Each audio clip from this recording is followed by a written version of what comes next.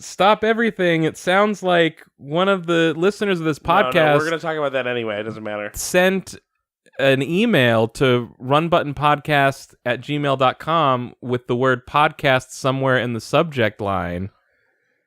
And this person asks, what did you guys think of that Pokemon Direct? I didn't watch it. That's from Tom B. Thanks, Tom B. You didn't watch it? I didn't watch it. Did you? You watched it? Yeah. Do you want? It's 7 minutes long. Do you want to just watch it right now, and then we'll start the podcast? Don't you just remember everything about it? Yeah, but like, I want to know what you think. Oh, I can get it. No, I want you to watch it, and I want you to tell me what you think.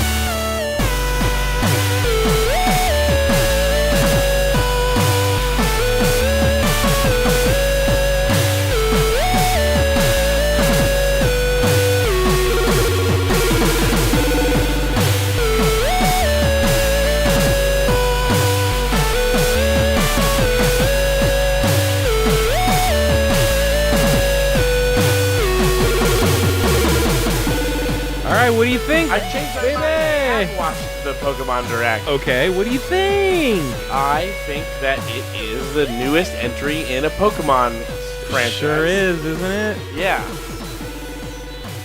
What do you think about Grookey? I like Grookey.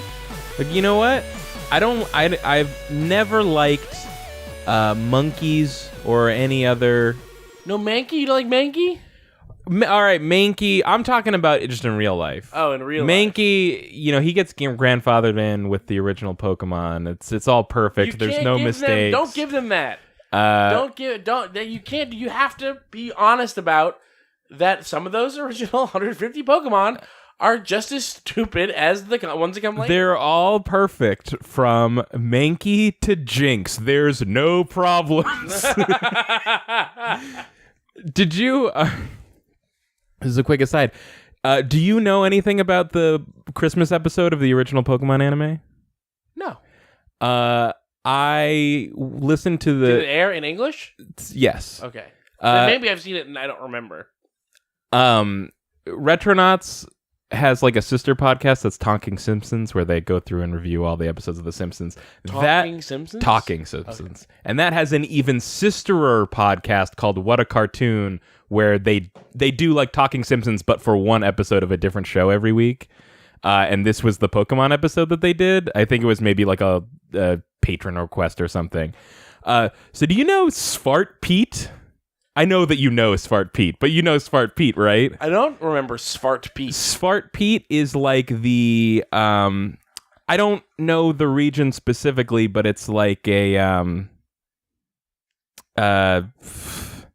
Nordic, like a Scandinavian thing, Christmas tradition where like Santa's helpers are all a bunch of black people, and then like they have Christmas parades every year where like white people still dress up in blackface. I know about that. And they like defend it as a really important Christmas tradition. Yeah, I do absolutely. Is that not Dutch?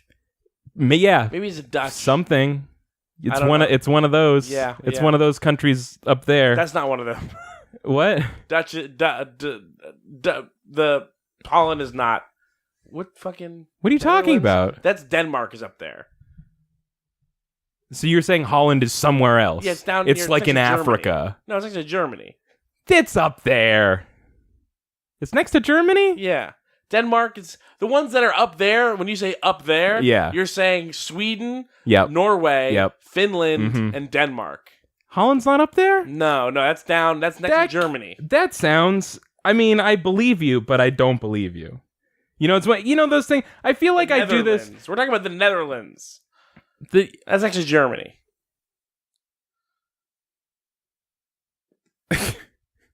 Yeah, right?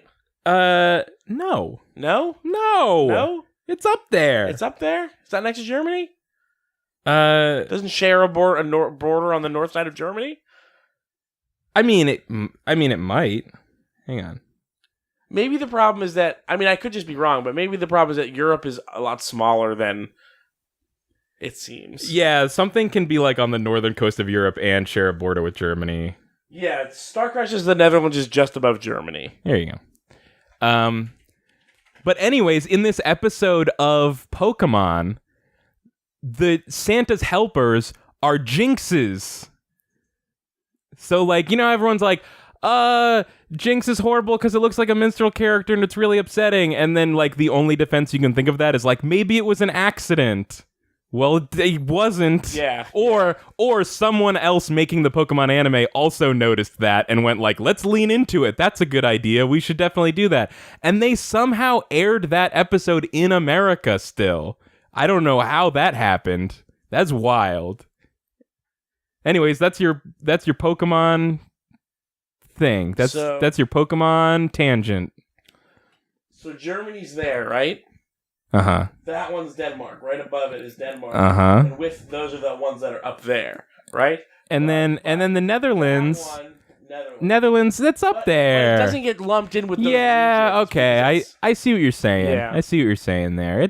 I feel like it's it's close, It's but an it's edge actually case. further away than northern Germany is.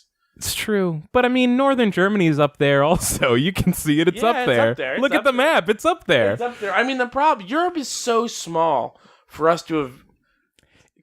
It's small, but it's also big. Hmm. You know, like Wow. from I from never a considered it like that. certain perspective, you could say, "Wow, Europe's really small." But then, if you think about it, it's actually not that small. Not that small. It's big, but it's big, not but it's big. not so big. It's so, but it is in another sense of the word. Small. It's so big.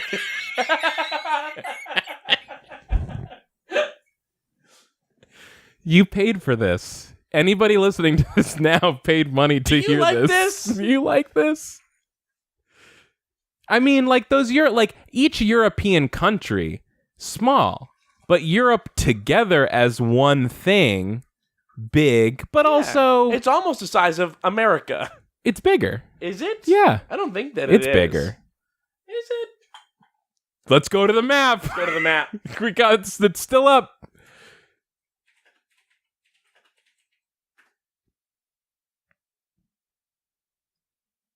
Okay, it is. I don't know what they're working with here. I don't know what they're measuring and what they're not measuring. Okay.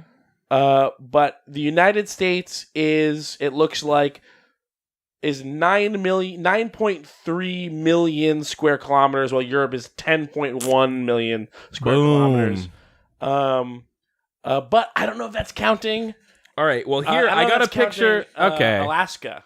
Yeah, because I'm seeing a picture of the continental United States superimposed over Europe, and you can see like it looks bigger, but then In also some ways, there's it's so big, but also in other ways- the Norway is not even included in that. right. But look at how much of that is ocean too. That's what I'm saying. I think it evens out. They're like basically the same. But then Alaska is part of America. If you say so. That adds like a third of the size. Exactly. That's just nuts, man. What a crazy. Alaska is a place. It's so big, and it's like not even connected. It's like up there. How'd it get up there? How did it even get up there? How did you even? Hey, Canada, did you see? We dropped something. You can't miss it.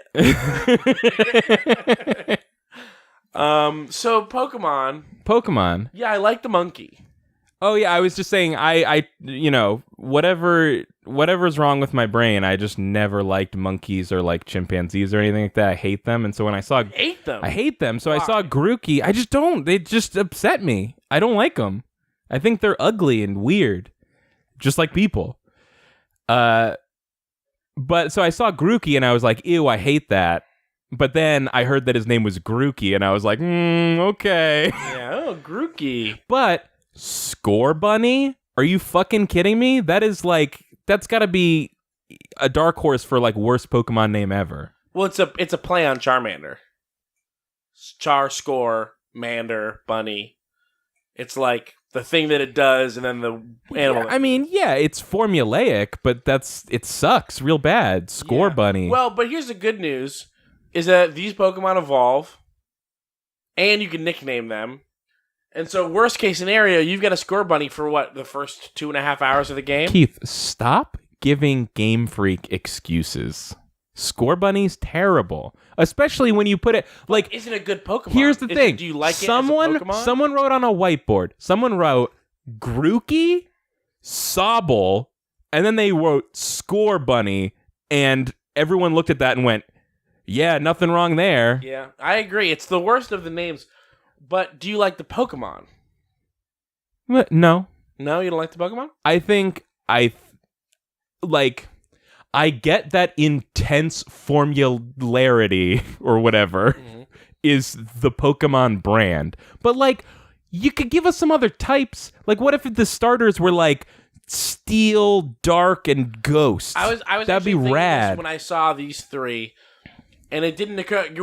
Kyle is wearing a Pokemon shirt right now, by the way. Here it is. Very cute Charmander. On That's purpose. a good This was Charmander. intentional. Look at this shit.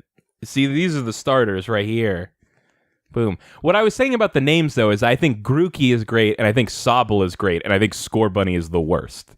So I feel like I feel like any reasonable person would have seen Scorbunny and been like, we can work on that. Yeah. I wonder what the Japanese names are. I don't know. No, I'm just saying I wonder. I don't wonder. I don't wonder because I'm incurious and I don't care. It's impossible to do a podcast with someone who is as incurious as you come. America first. I only care about American Pokemon names. And I think the game looks bad. I mean, it looks good, but it looks it looks like a PS2 game. We're touching on something, Kyle, that we have been slowly building towards, and I think we were ramping up towards the climax. I thought we'd hit the climax of this in the last main series Pokemon game that came out, Sun and Moon. Okay. But now I believe that this is the true climax. I want you to think back. I want you to remember when Pokemon games were still 2D. I remember that. Talking about Pokemon Black and White, right? I'm saying no. Or the sprites. The sprites became the Pokemon became 3D with X and Y. The way it started was the DS games like Diamond and Pearl and Black and White, they had 3D environments. Simple 3D environments, but they had 2D sprites. Right. And then, but Black and White also have the same thing. They had like much more 3D environment stuff, but they still 2D sprites. Or I'm just to cover my bases, they may have had 3D. No, they didn't have 3D. No. Okay. I skipped all of the DS. No, I skipped Black and White and Black 2 and White 2, so I don't know anything about them, but somewhere in there they added like 1 or 2 frames of animation to every Pokemon sprite, and like that was their thing. Yeah. Well, they did that in Crystal for Gold and Silver, and then they took it away. Right. They stopped doing it. It's too hard. The ups and Okay, but and then for the other thing that X and Y did that is important is that it took the game off of the grid. It was no longer like step up, step over. Yeah, I mean, but this is important. off the grid makes sense. But yeah, it was all a grid before, and then X and Y was. I just want to make sure that we knew that they still had cell phones. So during that period, there was what was right before Black and White? Do you remember? Diamond and Pearl, and Platinum. So in the Diamond and Pearl, Platinum. Here's a weird thing. Platinum was the last time they did the third game combination thing. Remember that? Yeah, I do. It's weird that it's been that long, right? That's like over 10 years. Yeah. But the conversation that we were having was Pokemon's not moving forward. I still like these games, hey, it's me, Keith. Here in 2019, I still like these games. I still play those games. But the conversation we were having was like Pokemon it's so stagnant. It's doing the same thing over and over again. All that we're getting is it's like a roster change. That's all. It's like a fucking like Madden. Mm-hmm. Where all we're getting is new players. Right. I'm gonna start our timer, by the way. And so the thing that the thing that we had, and specifically, I remember saying this for myself. The idea that we had about Pokemon was they need to get over this fucking 2D sprite shit. Like, why are we still playing with 2D sprites? Right. And then with Sun and X and Y, and then Sun and Moon, I was like, no, this still isn't helping. The 3D is not helping those games be different and feel modern. Right. I feel like I was the one saying that. No, I thought our Pokemon thing was always that I was upset that they're not like progressing enough, and you have always been like, no, they're pretty good. Well, but we hit a wall where the specific thing was, I was like, when Black and White hit, I was like, this is it. The next generation, they're finally gonna do like a 3D game. Yeah. And I don't know if you said no, they're not. I remember what it was. Black and White came out, and we were like, Pokemon is spinning its wheels, and you said that the next one was going to be the big change to 3D, and I said, I don't think so. And the dispute was, the next one they did was Black 2 and White 2, and I was saying, haha, it's the least innovation that's ever been in a Pokemon game. I was right. And your thing was, no, Black 2 and White 2 don't count as a new generation because they're sequels to Black and White, and X and Y is the real new generation, and that's what you meant, so really you were the one who was right. But either way, it turns out that I was wrong for thinking that 3D, making a 3D game was going to modernize the Pokemon genre, right? When really it has allowed them to keep spinning their wheels in all the other ways they spin their wheels and just update the game visually. When honestly, what I would prefer is a game that had really gorgeous, maybe slightly animated 2D sprites that also felt like a modern Pokemon game instead of a RPG mechanics from 1998 that look like a PS2 game, or really that look like a, real quick, I have this tweet because I tweeted 2 screenshots when this announcement came out. I do think it looks good. I think visually it looks good. I just don't think that matters. I don't think that's what is going to be the problem with the game. Does it look good? What I think is that Pokemon X and Y and Sun and Moon were like actually put, like the 3DS was not a very powerful system, but those games actually pushed the limits on that. Like they didn't use 3D because the frame rate would have been too low because they were really good looking Pokemon character models and environments and stuff. But then this new one this Sword and Shield is coming out, and it's a notable, unmistakable visual improvement over Sun and Moon, but not to Switch levels of capability. Like, it looks as if like it's on a 4DS, like as if they put something out that was a little more powerful than a 3DS to make Pokemon Sword and Shield look a little bit better on a Switch, which is substantially like the Switch is more powerful than the 360. This game could look like anything. Like, here's a screenshot. Here's Sun and Moon. Here's Sun and Moon. Yeah, looks good. Yeah, and then that's Sword and Shield, and it's like definitely better. But it's still a PS2 game, right? They both look like PS2 games to me. It's like we went from early era PS2 to like late era PS2. But this is part of what I'm saying, and I wanted to address something that I happened to see in the chat. I'm facing away from the computer, so I can't really see what's going on right now. Oh, I can see. I saw that someone said changing the mechanics of the game would affect the series backwards compatibility, which is true. But I don't think that's not the part of the game that I think needs to change. Like the literal mechanics of Pokemon battling, I think, is mostly fine. Mm-hmm. I don't think that needs to change much. I think they can do a lot more interesting things with it by adding on to.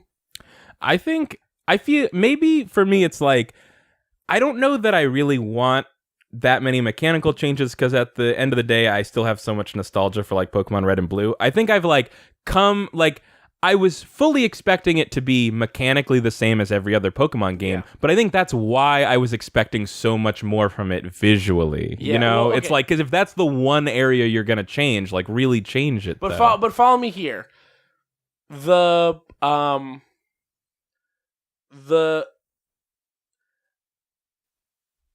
Imagine the skeleton, like, the way that they are designing these Pokemon games is identical to the way that they have always designed them. Yeah. like the environments. They're constrained by like they emulating the feeling of walking around Pallet Town. Exactly. Right? And so what they should be trying to do is they should be trying to capture the original feeling of what they were trying to do, which is exploring and like looking for bugs in like your backyard. Or, like, exactly. Under a rock. You can have a game that looks like, I mean, and this is your thing, the visual thing. Mm-hmm.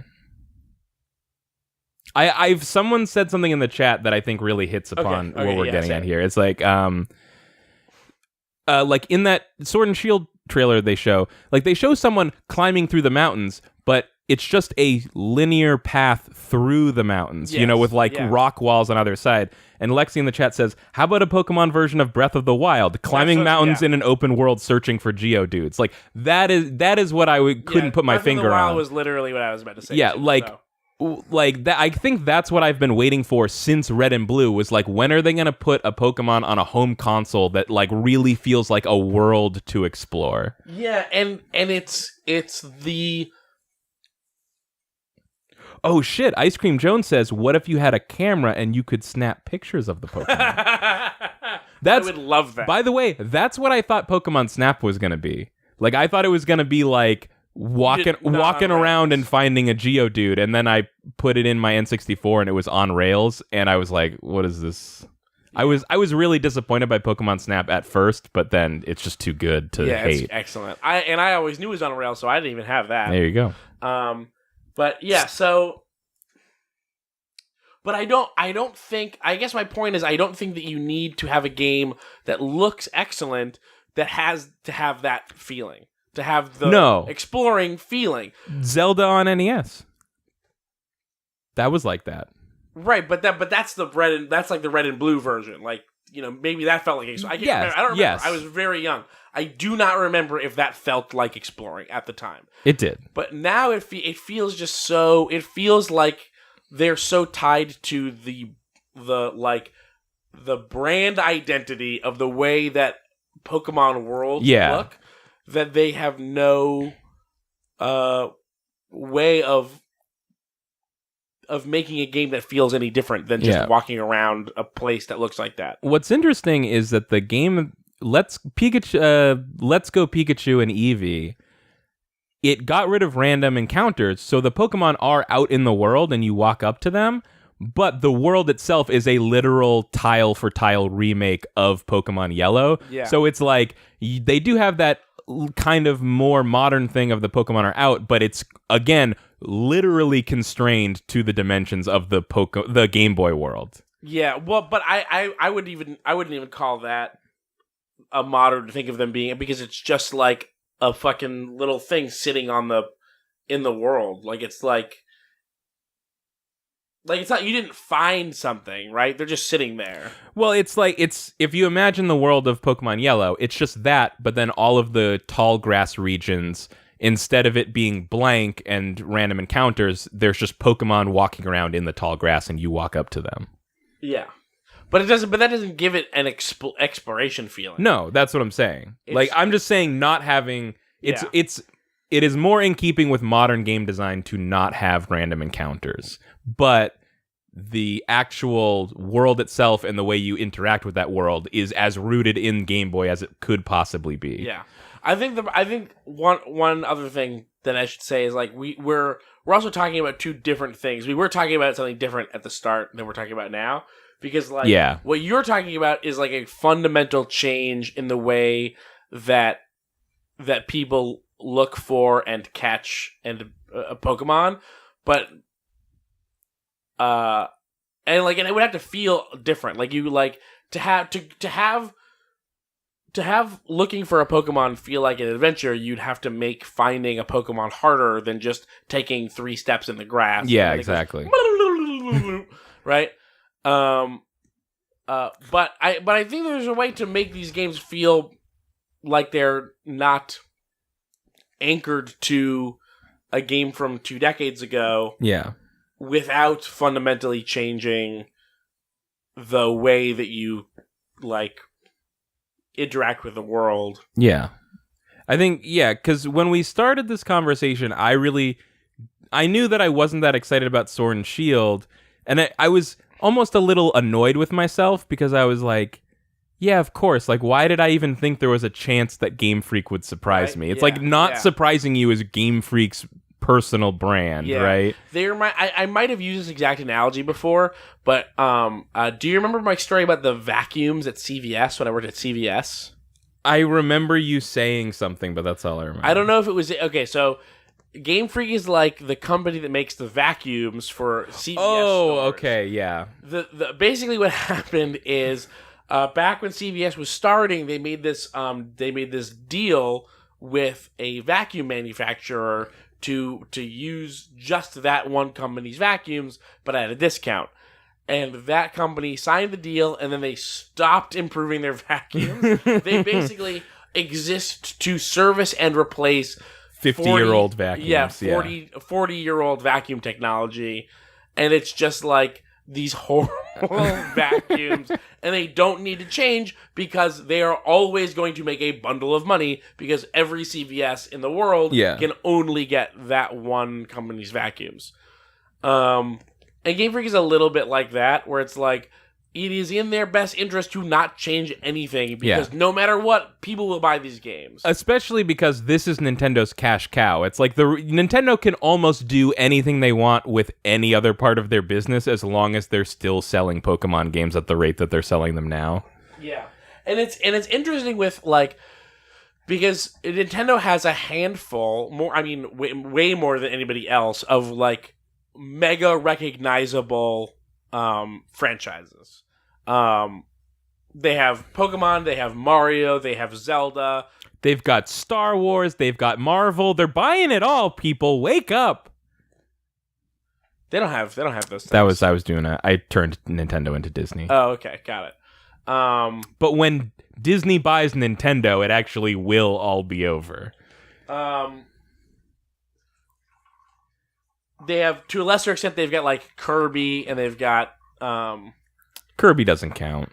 No, Kirby's part of this because this is about like the ways that Nintendo is willing to change like fundamentally what the games those characters are in are about. Oh, okay. And like Kirby and Pokemon are at two total opposite ends. Yeah, exactly. Like Kirby is arguably the least recognizable of their like mega recognizable brands, but is also constantly in new kinds of games. Yeah, Kirby is their weird experiment series. Pokemon is arguably more recognizable than Mario. Yeah, like Pikachu, maybe. Yeah, or like the image of a Pokeball, maybe. Sure.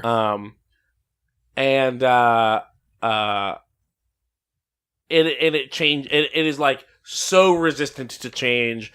Even its biggest changes were telegraphed years in advance. And that's the fundamental argument of, does Black and White 2 count as a generation in between Black and White and X and Y? Like, or I think I would say it literally does not count as a separate generation for the way that like Nintendo or Pokemon Company, whatever, like organizes their generations. Yeah. Like I don't know if there were new Pokemon in Black 2 and White 2? I do not believe there were any new Pokemon. Yeah, but I think our disagreement about that was like, for me, I was like, I was talking about the next Pokemon game, and you were like, well, I was talking about the next generation. Right, yeah. Yeah. Although, and then my other part of the argument was like, I could never have foreseen that they would do a sequel to the thing. They have never done that before. Yeah, it was wild. Yeah. But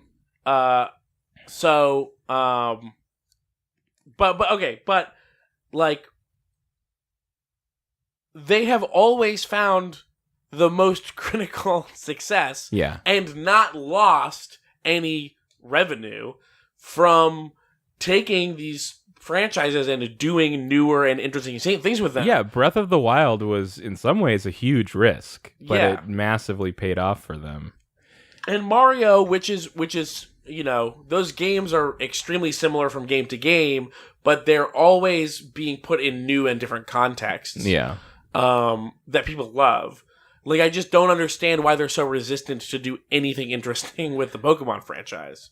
Is it because it's just perpetually aimed at the newest, youngest audience? I think if I had to guess, I would guess that there are just forces at Game Freak that are just really into that thing of like the Pokemon brand is that Pokemon's always the same. Do you think it's at Game Freak or do you think it's at Nintendo? I mean, I'm wildly guessing. I'm guessing it's partially an interest in that philosophy at Game Freak, and then partially Nintendo not wanting to screw up their cash monster. And here's another. I'm just I don't have any influence. I'm not. Keith, I'm not an influencer. Don't sell yourself short. You're an influencer. I'm not an influencer. You are an influencer.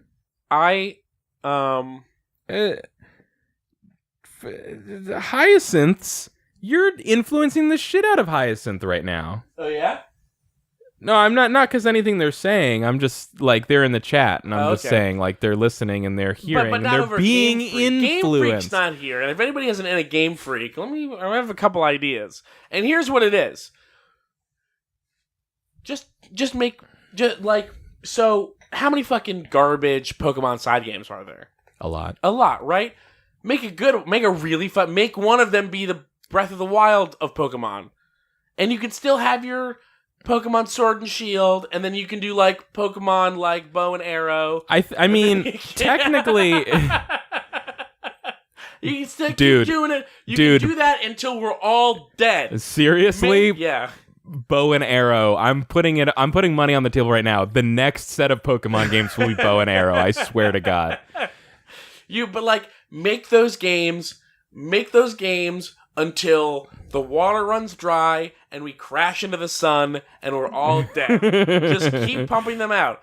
I'll probably play most of them. This is the ironic thing. They kind of did what you're talking about, but with Pokemon Let's Go, which is almost like in the opposite direction. Yeah, so that's what I'm saying. Like take that and make a game that makes me go. Make a game. And this is like the hardest ask in the world because like 4 games ever have made me do this. But like make a game that makes me like, oh my god, this is amazing. Guys, Game Freak, just make a Breath of the Wild. What's the problem? Just make a Breath of the Wild. Just do it. Just make a Breath of the Wild. It's not that hard. But the template's there now. Now it's exactly there. Yeah. Like it wasn't there before. There was no Breath of the Wild until Breath of the Wild. There are like echoes of what it would be. I think, but what you said before, I think is really the truest thing. Is like there's so much of Pokemon they could keep exactly the same. Like if you wanted to Breath of the Wild it up, you could do that just with the overworld and the way you traverse and the way you find Pokemon. But you could keep the battle mechanics identical. Yeah, those battle mechanics are really good. They're good. They're like super simple. Like they're like the secret depth to them is really interesting, and I technically have no interest in the people. Like there's a lot of people that love to like dive into that stuff. I'm fine with it being a bizarre mystery. I actually like that it's a bizarre mystery to me. I also bizarre mystery dungeon. That's a good idea. Bizarre mystery dungeon. There you go. The thing that's bizarre about it is that it's new and interesting. I'm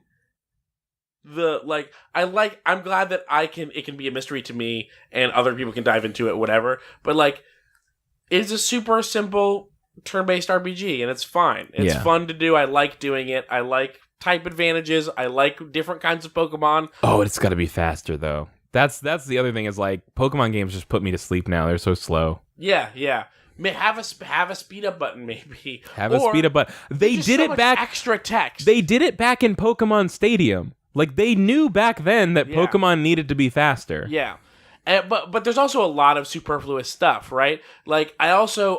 something that they changed for Sun and Moon that was astonishing is... no way. We're already 20 minutes into this Pokemon discussion, and that's when we were 20 minutes in to the Pokemon discussion, because I started this timer late. Yeah, well, we'll get there when we get there. If we do it long... Listen, we gotta have to be true to ourselves. That's the most run button thing ever is like, no more of these long podcasts. We got to set a timer, got to keep it snappy, and then we go way over and we're just like, it's run button. That's just what we do. It wouldn't be run button if we used a timer. I mean, the truest irony is that who is more Game Freak than we are? Oh my god, that's right. Like Game Freak, like every time Game Freak is like, I swear to God, guys, top to bottom, it's completely different. And then after a while, you're like, yeah, it's just the same. just keep tail wagging there. Astonishing change that they made. I don't know when it happened, but I noticed it in Sun and Moon. It maybe was earlier, but like, so have you ever been in a Pokemon battle and you've got like a level 80 Pokemon and you happen to be fighting like a Rattata that's level 3 and you hit it with a move and the fucking bar like disappears. It like zooms down to 10. They changed it so that the bar moves at the same rate no matter how strong the attack is. Okay. So like, which does two things. One, if you have a level 80 Pokemon and you're fighting level 3 Pokemon, it takes the same amount of time for the bar to get from full health to no health. A slow, steady move downward, right? Which... Why is that good? It's bad. It's an astonishingly bad change that they made. They made it take longer to do this thing. I thought this was going to be like your favorite thing. No, this is a stupid thing. They made it take longer for the bar to move. And then the other thing they did is that the rate that the bar moves, like whether you do an attack that does a little bit of damage or a lot of damage, like basically the bar from start to finish is the same length of time whether your attack does 5 damage or 1,000 damage. No! So if you're a Rattata that's level 3 that's attacking something that's level 80, the fucking two pixels, points like that also takes that same amount of time. Oh my god! So they lengthened it on both sides. It's crazy. Like, they had to do that. Like, it wasn't born that way. They did that. Oh, my God. And now I had one last thing to say, and now it's gone. Oh, I'll say this about the Pokemon. Probably one of the most fun that I've had playing Pokemon recently was doing the Nuzlocke run of Pokemon Yellow. And what was cool about that is that I've always played Pokemon Yellow and completely ignored all of the stat stuff or anything, and then having to pay attention to it, like which moves are better than others for their strength and accuracy, and stab bonus. I didn't even know about stab bonus, Keith. Yeah, stab bonus is sick. So it was fun to learn about all that stuff. For what? When I did a Pokemon Yellow Nuzlocke. Oh yeah, I learned about stab bonus. I always knew about stab, but I didn't really know how it worked. But I learned about it when I was doing my Nuzlocke too, which I have to keep doing. For anyone who doesn't know, stab bonus, it's an acronym. It's the same type. Oh, I guess it's not stab bonus. It's just stab. Yeah. Because it's same type attack bonus. You're allowed to use tautology. No one here is going to crucify you for saying ATM machine. I don't say ATM machine, but there is one that I say. What's the one that I say, Keith? Ooh, I don't know. It's gone. I say automated teller machine M.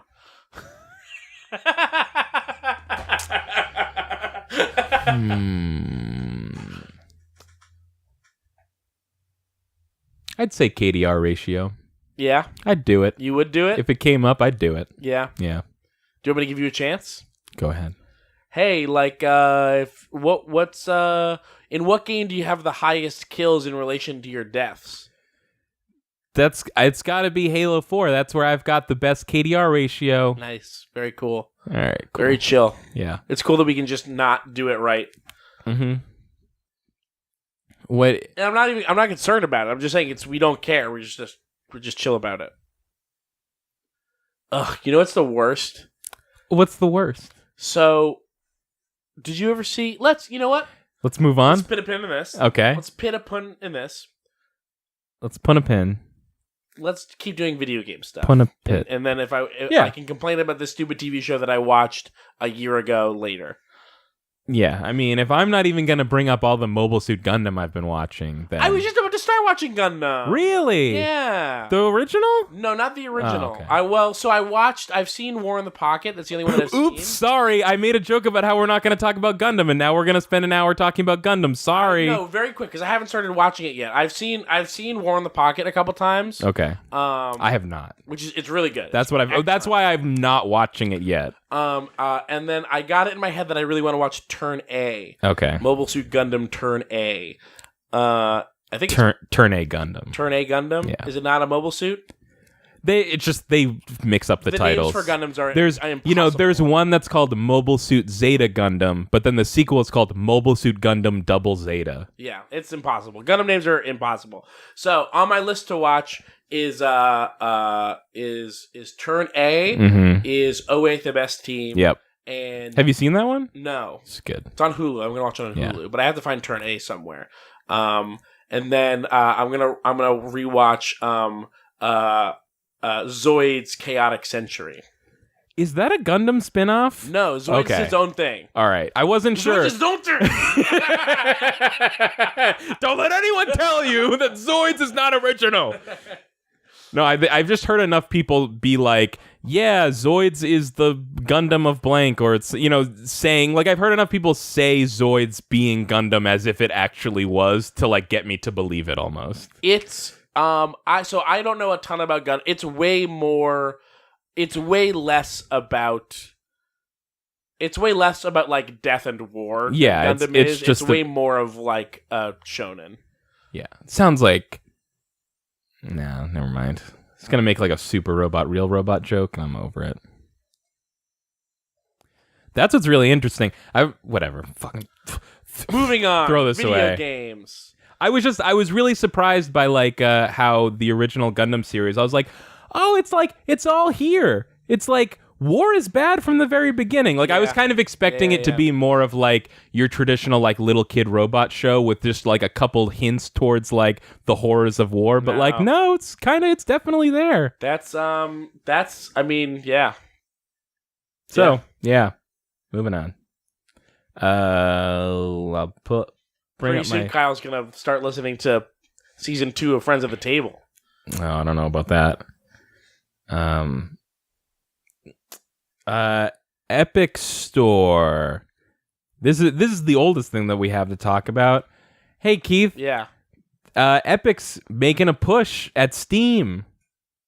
Remember 2 years ago when Fortnite was going to be Epic's like not with a bang but with a whimper, like how the mighty have fallen, this will be their last game, and it took 10 years to come out, and what a train wreck. Yeah. And then they just kind of like farted out like a side thing to get people interested in Fortnite, and then that exploded. Yeah. Now they're like rattling their sabers at the gates of Steam. I saw a tweet one time that was like, I wish Fortnite was like, I wish someone would come up with a battle royale that's like a co-op.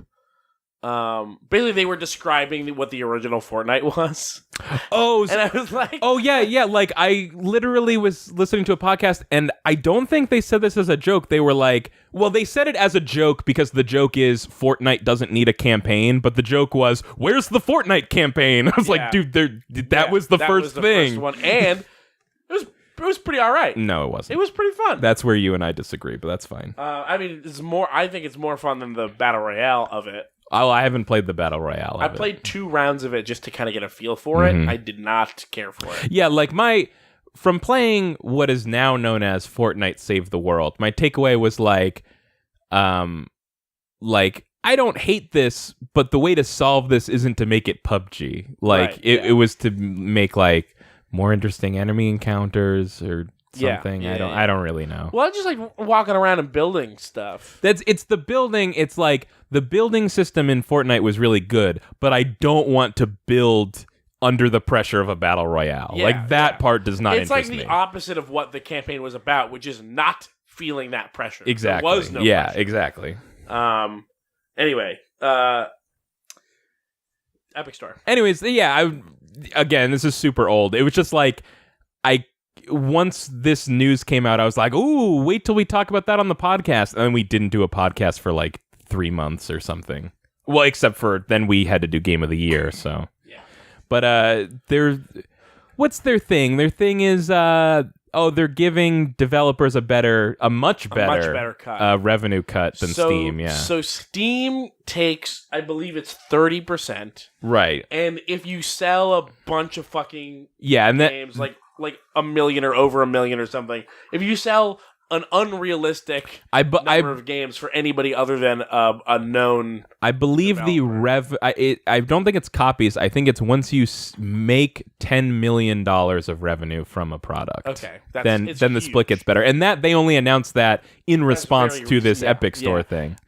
Which it's like, and it's like the tiers are like 25% and then 20%, which is still huge. Do you have the numbers on what the cut for Epic is? I believe it's 9. It's like 7% or something. Well, so there's two different numbers because if you use Unreal, then they take even smaller. Right. Because if you sell on the Epic Store, they don't charge you for the Unreal Engine 4 or something. Well, Unreal is already the way that they charge for Unreal is already much cheaper. In response to Unity, they made Unreal a lot cheaper, and I think it is that Unreal is free or is really cheap. And then you don't have to start paying money until you make above a certain amount of money off your product. Okay, so I guess the thing is that if you use Unreal Engine 4 for a game on Steam, Unreal takes 5% of the revenue. But if you sell that same game on the Epic Store, they don't take any additional revenue, effectively giving you the engine for free, is what it looks like I'm seeing here. And the split on the Epic Store, if you use an Unreal Engine 4 game, it's 88-12. Hold on, wait, I have a correction. Unreal 4 is now free. They switched to a $19 a month subscription plan. And then I think, okay, so they switched to a $19 a month subscription plan, and then made it. Then they took away the subscription plan, made it free, but after a certain revenue threshold, they charge a licensing fee. Mm-hmm. So, and one of the interesting things that happened was this is 2015. It's been free since 2015. Okay. Metro, free, but you have to give them a percentage. Only you have to pay 5% royalty on gross revenue after the first $300 of product sold. Yeah. So that's what I said. It's free until you make some money from it, and then you've got to Like if you sell a game and it only makes $2,000, or if you give the game away for free, then they don't charge you anything. Right, but that's what I'm saying is that so if you made an Unreal Engine 4 game and sold it on Steam or anywhere, you'd have to give Epic 5% of the revenue. Right. But if you sell that game on the Epic Store, there is no additional fee, effectively making it making it free. Yeah. And the revenue split is 88-12 for the Epic Store. 88-12? Yeah. Okay. And then is that including that 5% for? No, that's what I'm saying. There is no 5% if you sell it on the Epic Store. I mean, yeah, that's I got you. I follow you. No, okay. No, we're good. Yeah.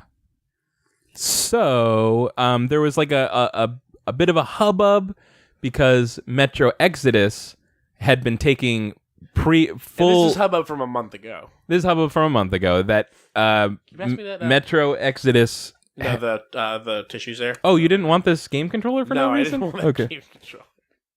Thank you. That Metro Exodus had been selling pre-orders on Steam for several months, and that they announced like a week or two, maybe like a few weeks before the launch of the game. 3 weeks. They said like, hey. They said like, hey. They said, hey.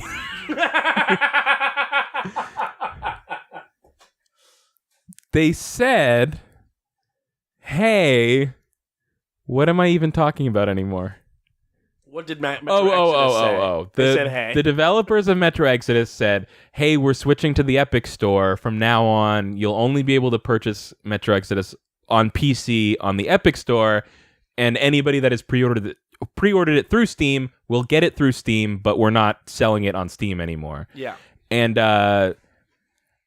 Man, fucking internet piss babies, like, getting so mad. Like, that's like saying, like, I didn't want to buy it from GameStop. I wanted to buy it from EB Games. Like, oh my God, I'm so sorry. Oh, God. The bad example because GameStop bought EB Games, and it's the same store. Right, and then when Epic buys Steam, it'll all be the same store.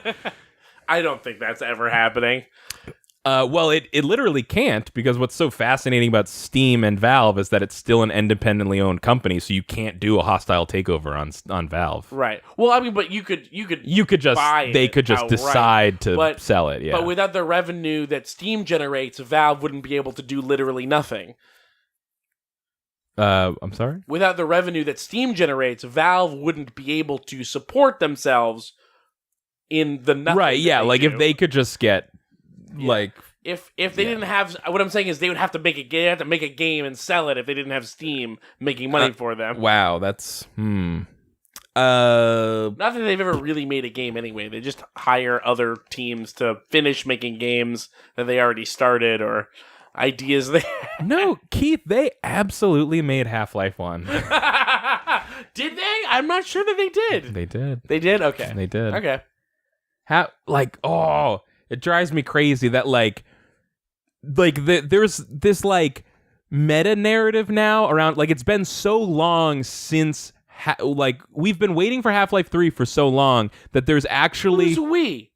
I don't give a exactly shit about that. That's what I'm saying. Yeah. Is we've been waiting for it for so long. There's actually this narrative in the community now of like, Half-Life was never that good. Who actually cares about Half-Life 3? It doesn't actually matter. And that's so bullshit. Like, it was an amazing series and they left it on a cliffhanger. Like, no, Half-Life was not stupid. Hold on. But I feel I have every right to say who's we because I played Half-Life. I never played Half-Life 1. I played Half-Life 2 and enjoyed it, and then Half-Life 2 Episode 2. Mm-hmm. There's an Episode 3, right? No. That exists? No. Okay. So I started Half-Life 2, Episode 2, and then just was like, yeah, whatever, and stopped, and like that's it. And then I never thought about... But did you play Half-Life 2 for the first time in the orange box? Yes. So when you're saying you started episode 2 and then went, who cares, and stopped, you didn't mean you got 2 hours into Half-Life 2 episode 2. You mean you were like 25 hours into all of Half-Life 2 and then you got tired No, of it. there was months and months in between me playing. Okay. Yeah. Well, Half-Life 2 episode 2 was really, really good, and you're wrong for thinking that it wasn't. I think, no, it's good. I liked it. I just was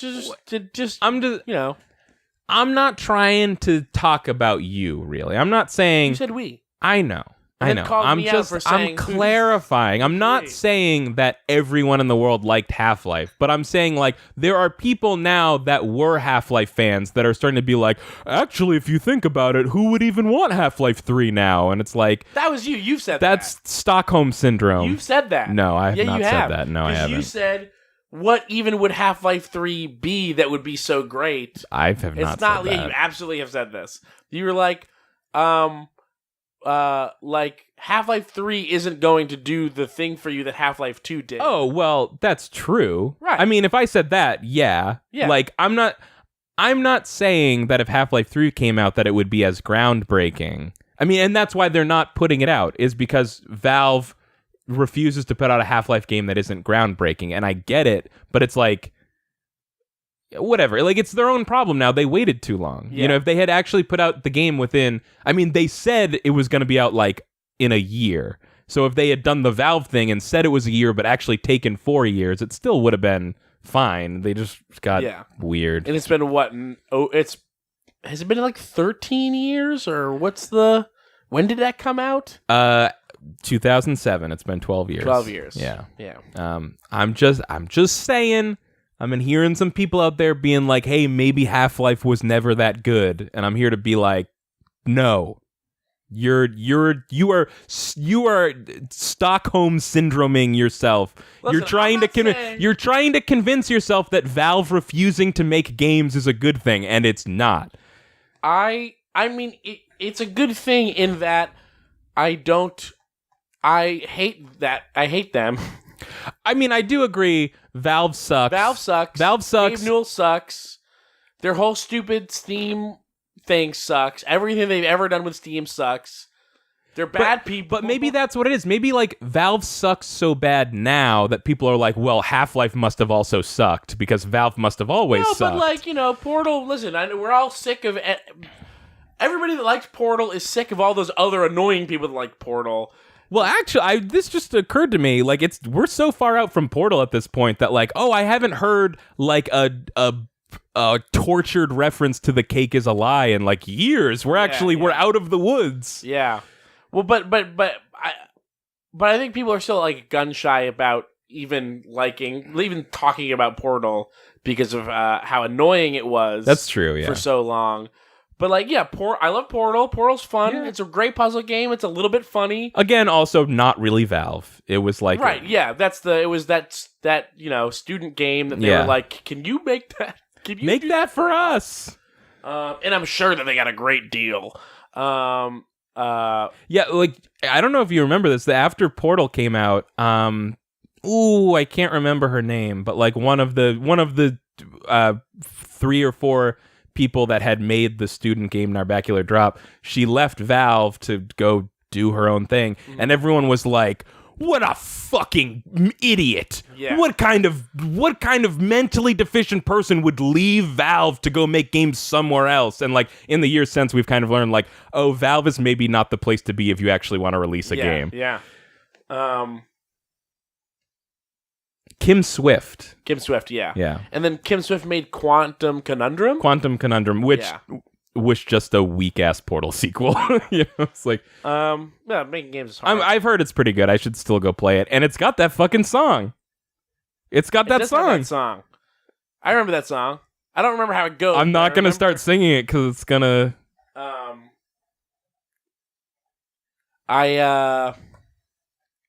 Just kidding. I flip a switch and Fluffy is everything. Plush and sweet and soft and pink. I flip a switch and Heavy is everywhere.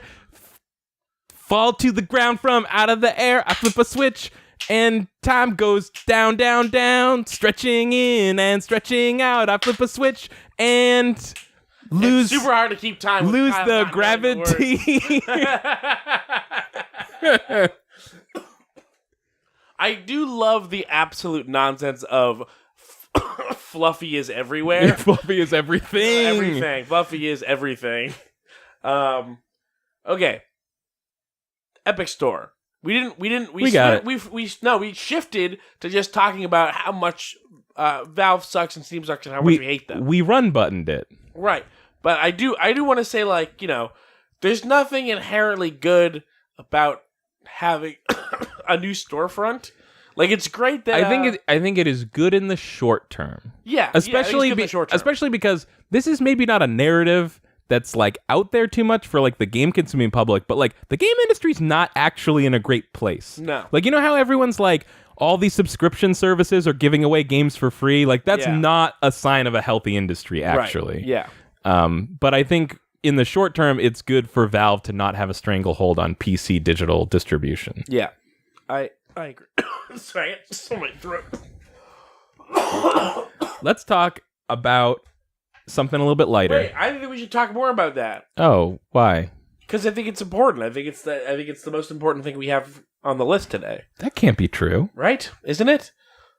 Reggie's retiring. Yeah, that's not technically important. What? Yeah. The Reginator. Yeah, I know about him. He was there to kick ass and make games. Yeah. Was he? Yeah, but yeah. I mean, that's what he said. That was Reggie's introduction. He did read that one time. And yeah, he said that he read it out but loud. Seriously, like, fit this in your head. E3, Nintendo press conference, stage show. Okay. We're like ready to learn. Let me get centered in space and time. Okay. All right. Tell me where I am. It's 2004. Got it. You're in the Kodak Theater in sunny Los Angeles. You're thinking to yourself, Wind Waker came out last year.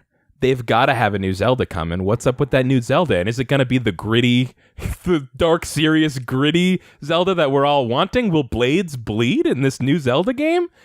And boy, I sure am hoping for that. And who comes out on stage but this 8-foot-tall Frankenstein's monster of a man with his crazy bug eyes? And he comes out and he says, "Hello? My name is Reggie. I'm here to kick ass and make games. It was beautiful. It was a genuine moment in video game history. I felt it. It was the prompter heard round the world. Yeah, sure. Like Reggie's never said anything that wasn't like written by somebody else and approved by 3 other people. But whatever, that's not his job. And I mean, I think to me the mystique of Reggie is always that he sounds like he's reading something. He has never sounded. That's what like I'm saying. He said anything. Exactly? What does Reggie sound like when he's just talking? We will literally never know. Who is that man? His statement. He put out a statement that said something like, it's important that people know that this isn't quote unquote game over. This is me, quote unquote, leveling up to spending more time with my family. And I think it was Alex Navarro who was like, never has a game executive so completely torched their reputation on the way out. That's what that statement. But that's always how Reggie's talked. Yeah. That's classic Reggie. Yeah, that's part of what's so fascinating about him is he's so strange and awkward and so like manufactured. Like, I mean, I definitely have genuine affection for Reggie, but not in a way where I'm like, oh, I know anything about Reggie. It's like, you know that meme that you see all day, every fucking day, and it's oh god, I'm blanking on his name. It's like the it's the one with the cat, and the cat is like, I can has cheeseburger? No, it's not that one. It's that would have been a good reference to go with my oldest meme. Yeah. No, it's like, how's it going, fellow kids? And it's It's like, what if everyone loved that guy? That's the power of Nintendo, like for real. He had a 3-minute long like goodbye video to the Nintendo community, and he was like, "You know me first and foremost as a gamer." I was like, nobody knows you as that. Yeah, Steve Buscemi. Oh, yeah, I know Steve. I just couldn't think of his name. I don't know why. Well, you could have asked me. I would have told you. I said I can't think of his name. I said it out loud. I literally wasn't listening to you. Can you pay attention to me for once in your fucking goddamn life, you piece of shit? Yeah, I already did it, and I've done it a bunch, and I'm done with it. What has it ever gotten me? An award-winning podcast. Wow! Go to iTunes and rate us 5 stars. Wait, does iTunes still exist? That's what I've heard. Go to Apple Podcasts and rate us 5 stars. Go on your phone. Yeah. I'm not sure that software still exists. Oh, it sure does. Boy. I have to use it anytime the rare once a year occasion I have to manage files on my iPhone. You know that my phone can do that without needing to plug into a computer. Yeah, that sounds pretty good. Yeah. I just mean why? What's the point? Everyone hates iTunes. There's no reason to have it anymore. No, there's not. I mean, for the people that are out there with iPod Classic still, because I can hold all my songs.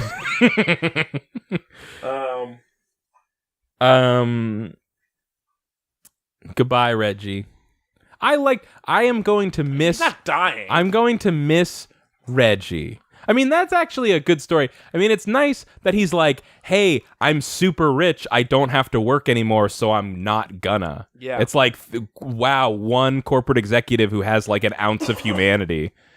How old is he? He's like late 50s. He's not even 60, I think. Okay. I mean, yeah, that's a maybe very slightly early time to retire. It's it just sort of if you have a lot of money. It makes me think of like a kid coming up and being like, "Father, don't you love me?" It's like, what do you mean? Don't you see how many zeros are on our bank account? What else would I be doing if I didn't love you? Take a look at these marble floors, kid. I love you as much as I paid for these marble floors. Why would I be spending so much time on the phone making business deals if I didn't love you so much? If I didn't love you so much, would your bedroom be full of Greco-Roman statues? Bas relief, every room. That's how Reggie sounds. Sounds like he's hawking newspapers in the 50s, 20s, 30s. Okay. Don't you know there's a war on, kid? In that goodbye video, I'm pretty sure Reggie made a "My body is ready" joke. I think he was like, "My body is still ready" or something, and I was like, "Oh my god." Okay, now how much of this is on purpose? Is there any of it that's like everyone knows that everyone thinks Reggie's weird, so we've got to we have to solidify his weird brand by making him be awkward on stage? Is there someone that knows how people feel about him? Of course. But could it just be like the perfect accident of... Yes, it's all of it. It's all of it? Like, Reggie is just a ridiculous goofball. Or, not a goofball, but he's weird and awkward. Yeah. But I mean, when people are writing the scripts that he's reading from, even at home with his family... are they writing it knowing that they have to hit that weird, awkward tone? Oh, I think Reggie just brings that. You think Reggie brings that? You think that if someone else was reading these lines, it would sound natural? Yeah. Yeah? I mean, more natural. It would still, My body is still ready. Well, that's Right? That's not Reggie. Well, no, but it's a overt reference to an internet meme. That's always going to sound weird coming from a Nintendo executive. I don't know. We'll never know because he's retiring. He's leveling up. He did. I mean, I don't know if he was putting this in there as setting the record straight, but he said in that video, he was like, "Oh, from the first time I saw fans in the community using the term Reginator, I knew that the Nintendo community was different." And that's interesting because I thought that was a self-styled nickname because he came out on stage once and said, "You can call me Reginator." And I was like, okay, I will. Yeah, so I guess someone saw that somewhere and were like, let's use that. I think he loved it. I bet he did. I would love it. I mean, I think Reggie is a weirdo. And also, he's a corporate executive who's a millionaire, so it's who fucking cares about him or whatever. But I do genuinely think, that this is sort of all over the game industry, but especially with Nintendo and, people's weird cultish Nintendo fandom. I think, people come from other areas. He was the president of, fucking Pizza Hut or whatever for several years. Yeah. His thing, under his command did the Bigfoot pizza come to exist. That's absolutely true. But when he works at Pizza Hut, he's just some guy in an office somewhere. Nobody knew who Reggie was. Oh, Reggie, he did Bigfoot. But then he comes to Nintendo and it's oh, people actually care who I am and they're giving me nicknames and this is so this is so heartwarming. Mm-hmm.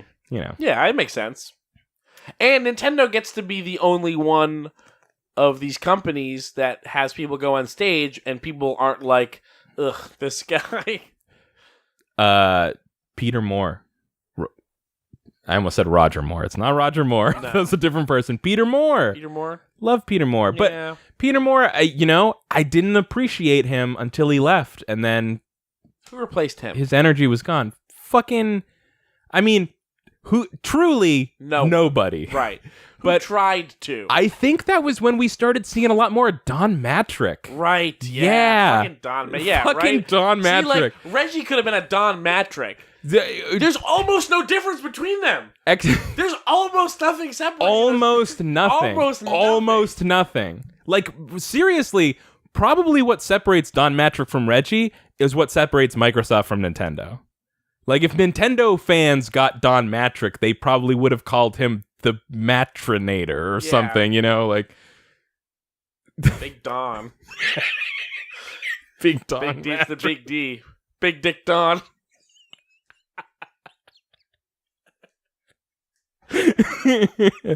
Wow, I'm sensing a lot of DME from him. Don Matrick energy? Absolutely. Don Matrick.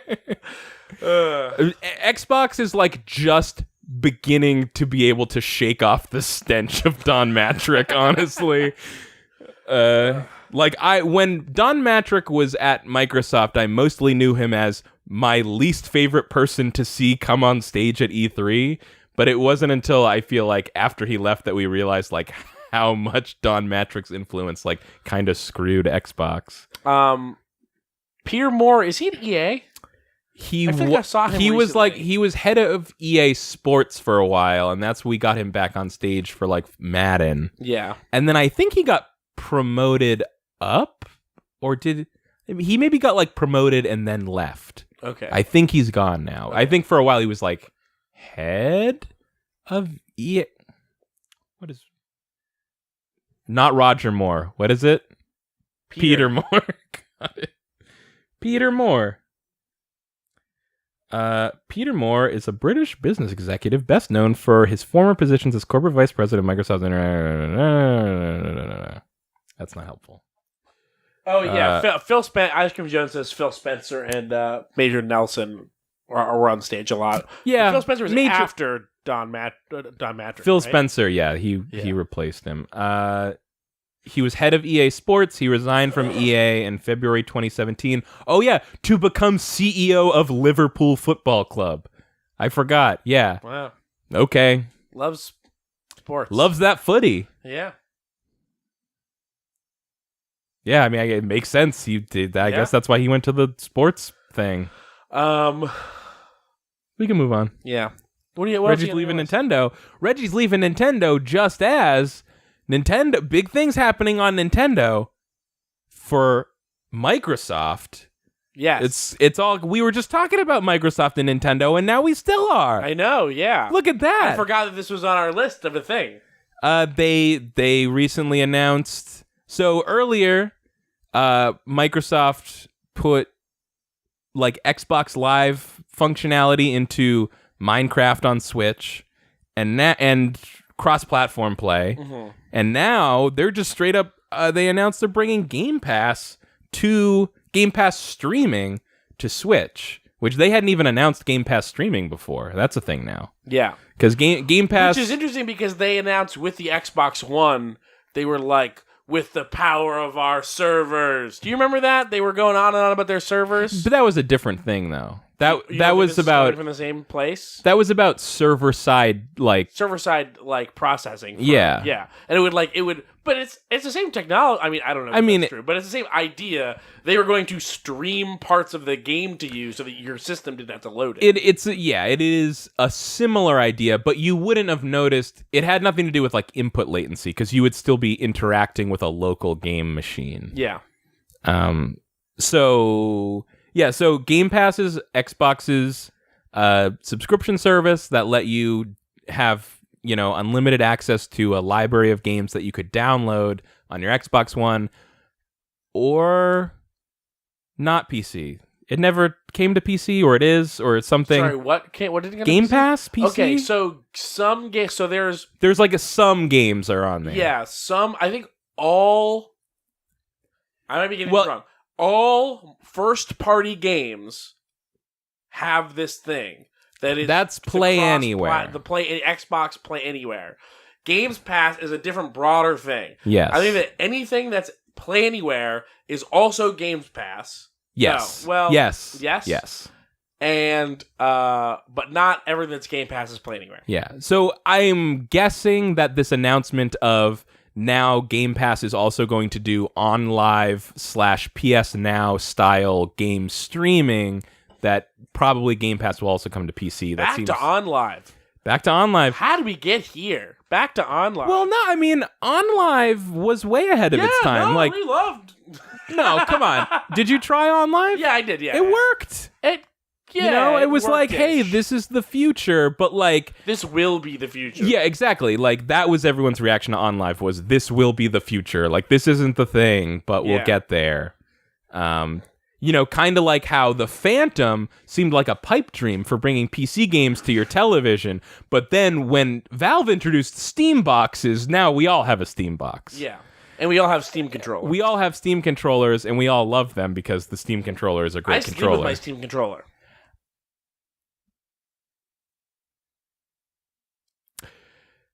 I play video games in bed a lot, and when I'm done playing with those games, I put the controller next to me and go to sleep. So many nights I literally sleep next to a Steam controller and several other controllers. Is that true? It's absolutely true. I just have a pile of controllers next to where I sleep. Oh my god. I hug No I human spoon it. bodies. No human bodies to take up that space. Just controllers. Accepting applications now. Would you like to take the spot of a pile of controllers? No. Not you? No, not me. You don't want to? No, I don't want that. Come on. No. I've got a lot of love to give. I have a bed up here. You've already got one? Yeah, I've You got can a use bed. mine. No, I've already got one. Oh, you've got a person. I'm open to different I've things. got both. I've got the mattress already here and also a person. And they go together. And yeah. Well, I mean, I bought the mattress. I'm open to lots of things. That's all I'm saying. It's I can't tell you the name of the mattress without being paid, obviously. But it is Casper. No, it's not. It's one of the other ones. It's one of the other ones. It's one of the better ones. Yeah. No, listen. I've never tried a Casper mattress. I don't know how good it is. Maybe it's better. Maybe it's better than that other brand that we're not going to mention until they pay us. Don't mention Casper either. Well, Don't imply that Casper might be good. I'll mention Casper just to say that I will never endorse Casper because I love this other mattress brand too much. Yeah. It's the best mattress I've ever slept on. I won't. How could the competition be better? I don't have to try Casper because I know it's not as good. I don't. I won't do. I refuse to do commercials for mattresses. If you are a snack company, I will do an ad for snacks. Pirates Booty and Fig Newtons. Get at me. I will do endorsements for Lay's Poppables. But I will not. So Well, here's the thing about Poppables, though. They're bringing something of a Doritos 3D energy. something of though. But I want Something what I of. want is that weird taste. I want that weird taste that no other Dorito has. Okay. You know how you can Taste buy of the third D. You know we need to bring some big Doritos energy in here. You know how you can buy like things of just Oreo filling or like just bags of crushed Oreos for other things? I didn't know that you could buy a bag of Oreo lard, but I did know that you could get crushed Oreos. Okay, so we gotta call up Frito-Lay, and we gotta find. I'm sorry, Hydrox. Hydrox. Okay, Think about it. right. I'm thinking. Let's do that. That's not where I'm going. Okay. I'm not interested in sandwich cookies. Okay. This is I'm using an analogy. Okay. In the same way that you can buy the component pieces of Oreos to do with them what you will, we need to call up Frito-Lay. We need to get our hands on some industrial-sized bags of Doritos nacho cheese dust. Mm-hmm. Then we got to get some sea salt Lay's Poppables, because that's a thing that they sell. Dump that cheese dust on those Poppables. Maybe we've just recreated Doritos 3D. No, because the Dorito is a corn chip, and the Lay's Poppable is a tortilla. A potato chip. Are you sure? Yes, positive. You're positive about this? positive that Doritos are a corn chip? No. You're positive that Poppables are potato-based and not corn-based? Yes, yeah. It's Lay's. Lay's is a potato company. What? But Lay's also makes Doritos. But Lay's is the potato arm. We'll see. How can you not tell? You're the one eating them. I just never thought about it. I mean, you're right. They're probably potato, but Yeah. I'm just saying if we've got nothing else, you know?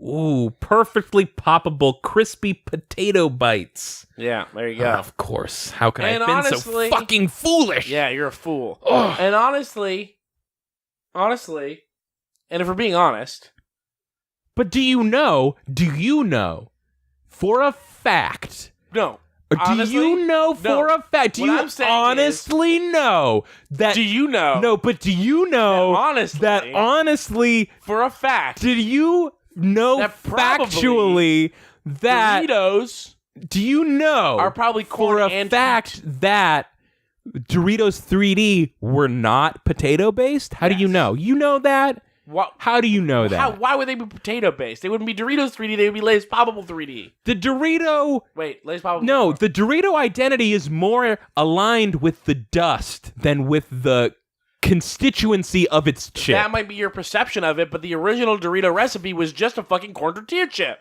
But it didn't have dust. I'm not talking about original. I'm talking about the modern perception, the modern identity of the Dorito. It's the same chip. But 3D was a different chip.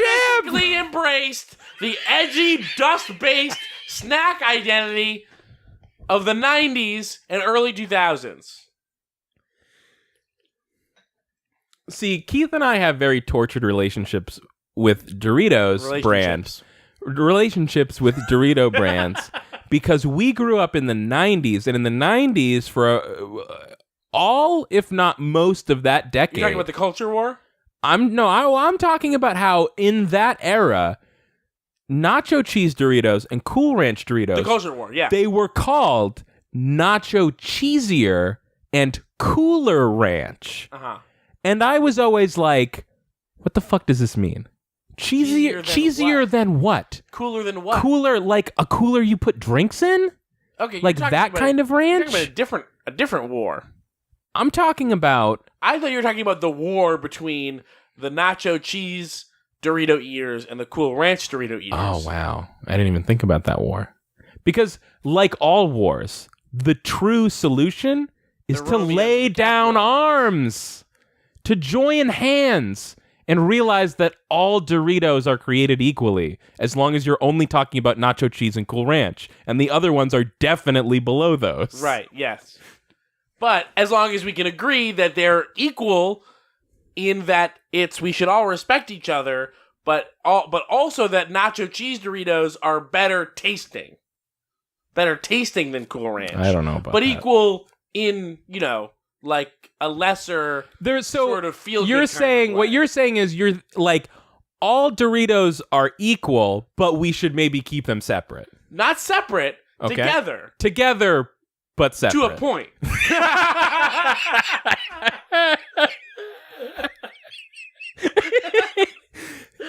to 3 points. The 3 points of a Dorito. Listen, there's plenty of room for everyone inside the cocooned embrace of a 3D Dorito. Okay. Well, I think we nailed that one. And that's what we have to say about Game Pass on Switch. Wait, hold on. We have to talk about Game Pass on Switch. We have to talk about this. Okay. This is crazy. This is crazy. This is wild news. This is some weird, wild stuff. This is wild stuff. Really wild. I mean, what is Nintendo now? It's the same, right? What does that mean? What does this mean? What I want to know here is, what is Nintendo... Pause. Sorry. I want to go back... He's pointing at me. Keith drew a finger. I did. I drew... Zing! So, I don't know if you remember a text that I sent you when we were planning on doing the Game of the Year podcast. Okay. Can you just do from memory and not look in your phone? Is it that important, Keith? Is it that important? Really? Really? Okay, I guess I can't find it. Anyway, really, my plan to do a supplement to our Game of the Year podcast was to do a second podcast where we played Mr. Microsony and Mr. Nintendo, and we were going to plan out the next year, and we were going to plan out the future year for games together. Do you remember that idea that I had? No, but that's it's a fun bit, right? But I got it wrong because it's Nintendo Soft and Sony, not Microsony and Nintendo. The joke was that like Microsoft and Sony are like the person behind them is the same guy, the same shiny figure, and then Nintendo was the other guy. Well, I mean, really, behind all three is the one world government, obviously. Yeah, but even below that, Mm-hmm. Microsoft and Sony are the same. Mm-hmm. But now it's Nintendo and or is that what Microsoft. they want you to think? Maybe this is Throw us off the scent? the shrewdest move This that is Sony because could I ever. figured it out. They read the NSA sent. Oh my god. The NSA sent the text that I sent to you to Mr. Microsony. So yeah. So what I want to know. So this is clearly. What do you want to know? This is Sony and this is Microsoft and Nintendo. They're in second and third place behind Sony right now, and they're teaming up, to try to come back. What do you mean no? I don't think maybe that's Microsoft's idea is to get their games on more platforms and to sell that subscription. But I think for Nintendo they're like, "Oh my god, someone do online for us." Oh, you're thinking like maybe they can just hitch their wag to hitch their wagon to Xbox Live. I always thought that it was reluctance to do online stuff, but maybe it was just incompetence. Oh, Seti brings up a point. We did, when we talked about Reggie, we did forget to talk about Reggie's successor. Oh, who is it? Do you not know? No. You really don't know? No, I really don't know. Yeah, Keith, how could you be on the Twitter and not know? The person who took over for Reggie at Nintendo of America, Doug Bowser. Oh, I do know about this. I tweeted about this. I just forgot. Yeah. Oh, okay, yeah.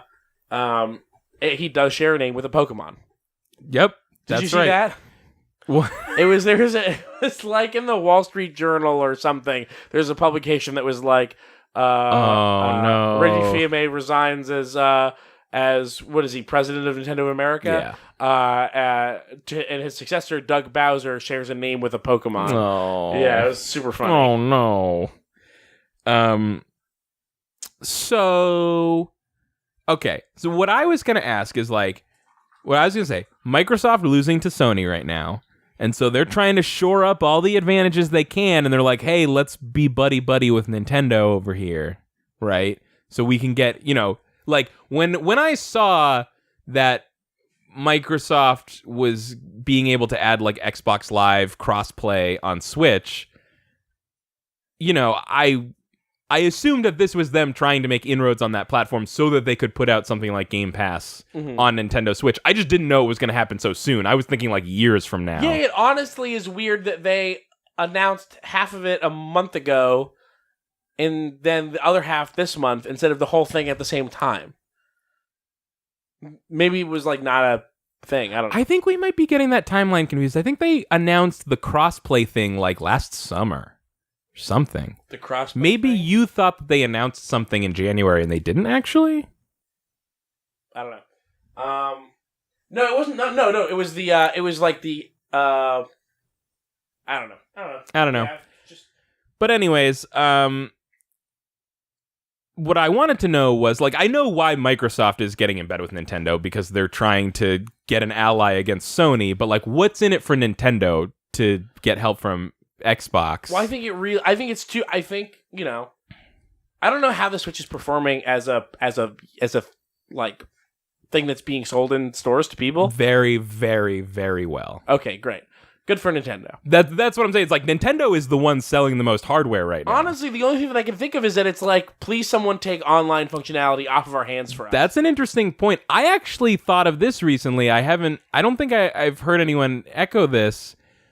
Do you think that there is some possibility to the idea that Nintendo, I mean, we can all probably guess that Nintendo doesn't really like online because of the child unfriendliness of it all. Like to what extent is Nintendo almost pretending to be incompetent at online in order to not actually do online so that like parents don't get upset about their kids?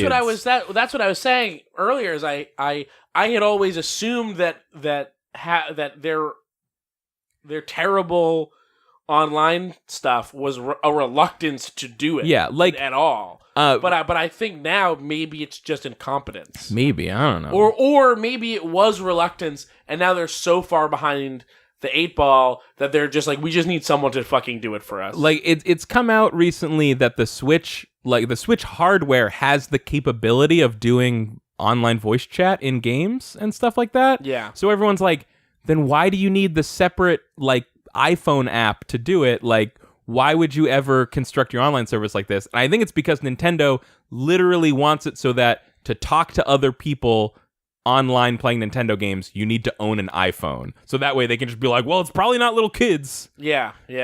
Or an Android, Wait, obviously. explain to me this thing. I don't know about this. The way voice chat works on Switch right now is not through the game. It's that you have to download a Switch app on your phone. Oh my God. And then that is supposed to connect to your Nintendo account and allow you to talk through the phone app to the people you're playing with on Switch. That's bizarre. You've never heard of it because no one's ever done it because it's nonsense. I think I tried to get the app started one time and it didn't, so I was just like, forget it. So I don't know, but so I'm thinking of this, and I'm thinking about how it seems to swing so hard in Microsoft's favor, but wait, sorry, real quick. Just as we're getting off of this on Nintendo Online thing, Ice Cream Jones does bring up the good point that there's genuinely a different culture to the Japanese internet, and that's true. Yeah.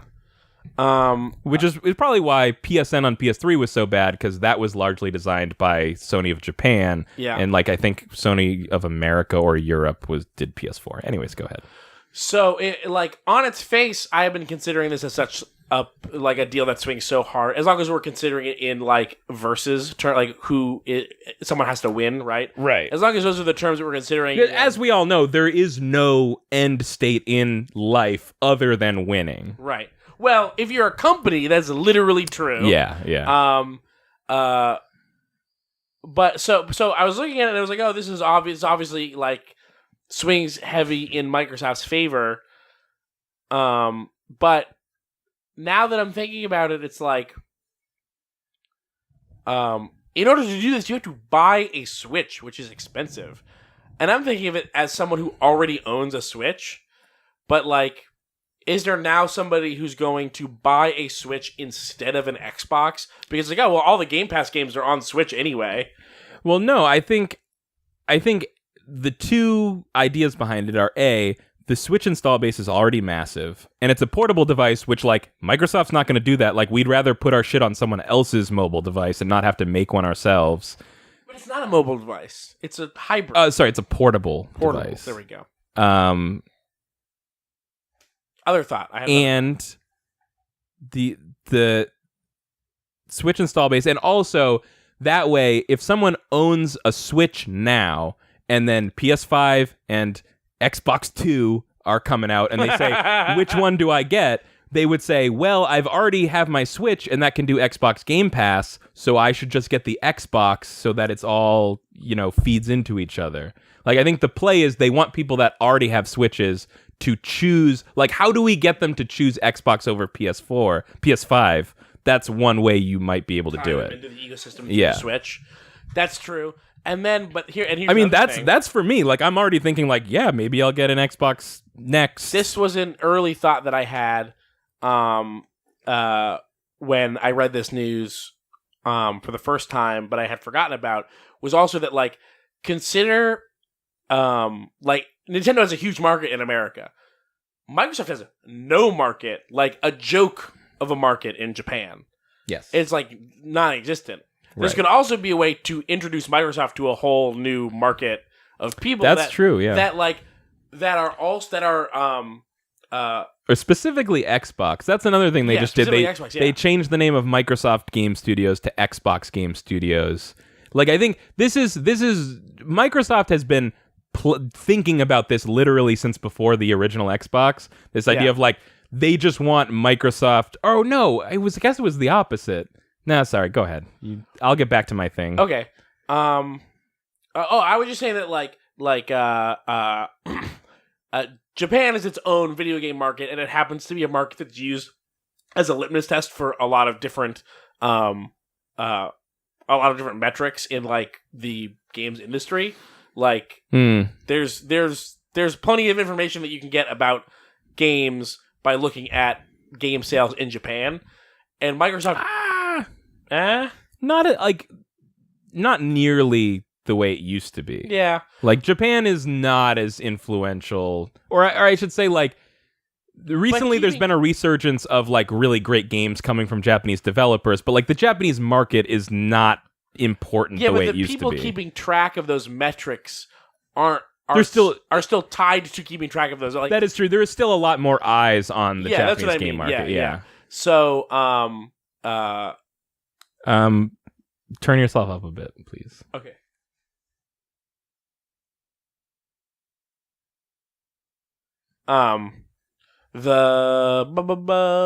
Anyway, yeah.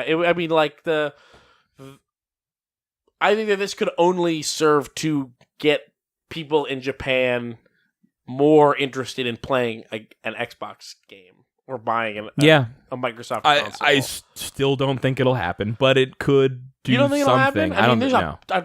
Plenty of people with Switches there that all of a sudden will have something else to do on them. I don't think so. No?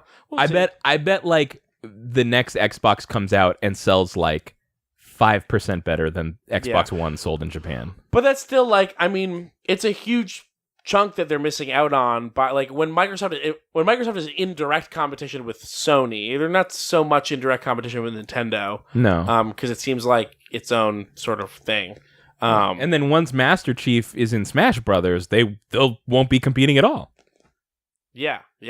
I mean, other than in the way that Master Chief in Smash Brothers will be competing against Marth and Dr. Mario. Yeah. And Roy. And Dr. Marthio. And hopefully Waluigi. That's, dude, some people being like, where does Smash Brothers go after Smash Ultimate? You're going to have to go to Fusions. Dr. Marthio, you're going to have to get... People are saying in the chat that you actually aren't any louder, you just sound closer.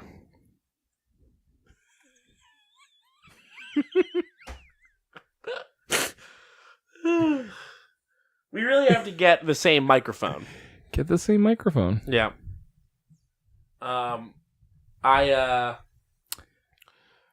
We will both have to upgrade microphones, I think is the idea. Because that microphone's like what, 4 years old at this point. That one's like 10 years old. Yeah. But at some point, Friends at the Table is going to have to upgrade microphones, and right now they are all using this one. Oh, of course. Well, I have one of those at my house, so we could upgrade these two, and then you could still have that one. Something. No, but I mean like whatever we pick to upgrade the Friends at the Table microphones to, it's not going to be to that. Because I'm sure there's something newer and better. I don't know microphone technology. Microphones might be one of those industries where they'll sell a microphone for a decade. I don't know. It kind of is. They'll put out. It's like this. Like there's the C1 and there's a C3. Yeah. And there's a C. There's a C2, but it's a different kind of thing. Like they'll just put out like small iterative upgrades to them. Anyway. So Game Pass on Switch. This is. Again, like I knew that this was where Microsoft was going, but I didn't know they were going to be doing something this big this soon. Like they're totally trying to like transition Xbox into just like a brand that exists in the ether, separated from a physical thing, because that's probably where all of this is headed anyway. But it's interesting to see how totally opposite their strategy seems to be now than when Xbox One was announced. Because before it was like Xbox One, because it's your all-in-one entertainment center. You're going to have one box that's got everything you want on it. And now it's like the opposite, where it's like, we just do games, but they're everywhere. Yeah. God, they really, I mean, I do use my Xbox One to play games and to watch like Netflix and Hulu on. But they do have the worst possible YouTube app. It's such a bad app. Why do you say that? On Xbox One? Yeah. It's just bad. It's not good. Well, here's the thing about the YouTube app is that YouTube doesn't... I think this is what they do. I don't think that they really make individual apps anymore because their mobile website is basically the app. So I think all their apps now are just a web browser that takes you to youtube.com. And that's just what it looks like when you access it from anything other than a computer. I use it on Xbox. I think it's good. Really? They didn't even have the ability to sign in until recently. Huh. What? Pretty sure. No. Maybe I'm wrong. I don't know. But like, I mean, all I know is the YouTube app is like the Anyway, same on slow. everything. I think it's good. It's slow. I don't think it looks like that on anything I've ever. I mean, I guess I don't use it on anything but my computer, my phone, and my Xbox. So maybe it does look like that in other places. But to me, it seems like it's really difficult to access playlists. It's really difficult to go to a channel and look at videos in a certain order. That's probably true. There's a lot of things that I do on YouTube a lot that I cannot do here. I just know that on my Fire Stick, for a long time, I couldn't figure out why there wasn't a YouTube app, or there was, but it seemed like bootleg because the icon was just a blue background that said YouTube in plain text. Mm-hmm. And I was like, what is this? And then once I used it, I realized it was just because all it was basically a link to youtube.com for Firefox. Like, it would just open Firefox and take you to YouTube, but then it looked and acted exactly the same as the YouTube app on Xbox. So I was like, oh, I guess this is just what youtube.com is now. That's weird. It is weird. Yeah. Anything else? Anything else? Keith, I'm infected with a madness. Oh my god. This whole time? I'm completely You mad. should have started with this one because I feel like it's affecting your ability to do the podcast. No, Keith, I haven't been mad all this time, only since January 3rd. No, I mean since the start of the podcast. You should have led with Oh, this. yes. Yeah. I've been completely mad for the entire runtime thus What's far. happening? Well, I'm mad, Keith. Mad for boxes. Wow. The Mad Box. It was announced. What's that? What's that, Keith? Well, because And why is it affecting you so much? our life has become all about boxes. Xbox. We previously mentioned the Steam box that everyone has. Uh-huh. PlayStation box. Switch box. PC box. It's all boxes. And now, Slightly Mad Studios announced the Mad Box. Here's a tweet straight from Ian Bell, the CEO of Slightly Mad Studios. What is the Mad Box? It's the most powerful console ever built. It's literally mad. You want 4K? You want VR at 60 FPS? You want a full engine for free to develop your games on it? You have it. This is a new console? This is a new console. Not since the Ouya has the game industry been shook so wildly by the announcement of a new box for games. The Mad Box. Mad Box. Terrible name. Terrible name. Bad idea. Terrible idea. Yeah. None of this is a good idea. Yeah. This is the worst. Yeah. It's a shame that it's a bad idea. That's true. Yeah. But yeah, what a bad idea. But I mean, like, look at, like, the Ouya wasn't even shooting for impressive, and that was, like, a wild failure. Yeah. So, like, the fact they're trying to be, like, the best console ever, right.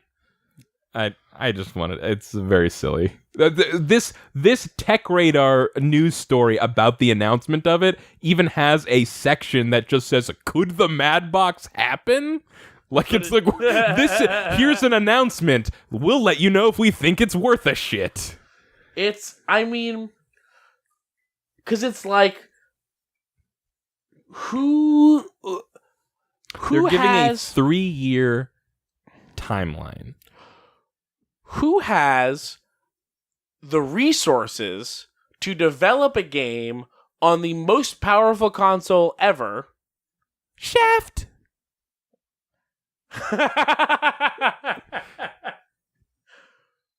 but wants to put it on this fucking system. Well, it could be like they'll get Apex Legends. I was You think so? right now. If the Mad Box sees retail release in 2022, I will cut off my left pinky. Wow. The left pinky's already coming off because of my statements about the length of our Game of the Year podcast, but I will cut off my right pinky if it does not have Apex Legends on it. Is that Yakuza rules, or do you have to do all the fingers on one hand first and then move to the other hand? This is not based on Yakuza. This is based on... No, I'm just asking if it happens to align with Yakuza rules. Well, no. I just said left pinky, right pinky. This is a pinky-based wager system. Does the next one come from your foot? No, the next one's going to be my right pinky again, because I'm not cutting this thing off. The Mad Box is definitely going to have Apex Legends on it. Imagine a scenario where maybe 8 times from now, you keep betting your pinky over and over again. One of those times, maybe it's you lose on a technicality. No. And we're forced Keith. Yeah. I only make perfect bets, except the game of the year podcast time one, but that was my left pinky. That's a do-over. I don't even need that one. It's on my left hand. What is that for? I mean, what do you need your right hand pinky for, right? Right. Even you're writing, you tuck it in. Who writes anymore? Typing. Mickey do you Mouse? use your pinky when you type? Probably not, right? Not on my phone. Yeah, not on your phone. So I know that I don't use it when I type. See, that's what you got to do. You got to learn to type without your pinky. It's very easy. I think I only use the pinky for enter. I probably hit O and P with the pinky. I type quotation mark. They teach that home row, right? Yeah. They teach how to type typing on the home row. Typing the dead, baby. But you don't need that. You don't need that, baby. I mean, it's good. It's good to sure, but they teach it like it's a law. But it's just, the guideline. It's like... I don't use my pinky at all. I type 110 words per minute. I don't do that. Yeah, see? I think I recently realized I type so little on a keyboard now, but so much on my phone that I think I'm the same speed on both. Wow. That's low. It is low, yeah. Are you that much slow? I'm very slow. I didn't even learn how to type with more than 3 fingers until that time when I started playing a lot of Typing of the Dead. But you don't even need to do that. You can just refine the technique you already have. No. Yeah. I refined my technique by you switching techniques. Yeah. See, it's different. Yeah, dude. Before I was only using both index fingers and my right middle. That's not any way to type. That's how a raptor types. That's how in Jurassic Park, when the raptors are smart enough to use computers, that's how they type. That's not for a human boy. I use on my right hand my index finger and middle finger, and then on my left hand I use my index, middle, and ring. So I use 5 fingers total. You use more fingers on the offhand? Yeah. What's that? I don't know. We gotta have you take a typing test. I don't believe that you type 110 words a minute. I believe it's 110 words per minute. Oh, and when it accounts for accuracy, it's 80. You know what the problem is? I learned typing by playing Typing of the Dead, but you learned typing by playing Icarus Proudbottom Teaches Typing, and that's not a real teaching tool. Mavis Beacon.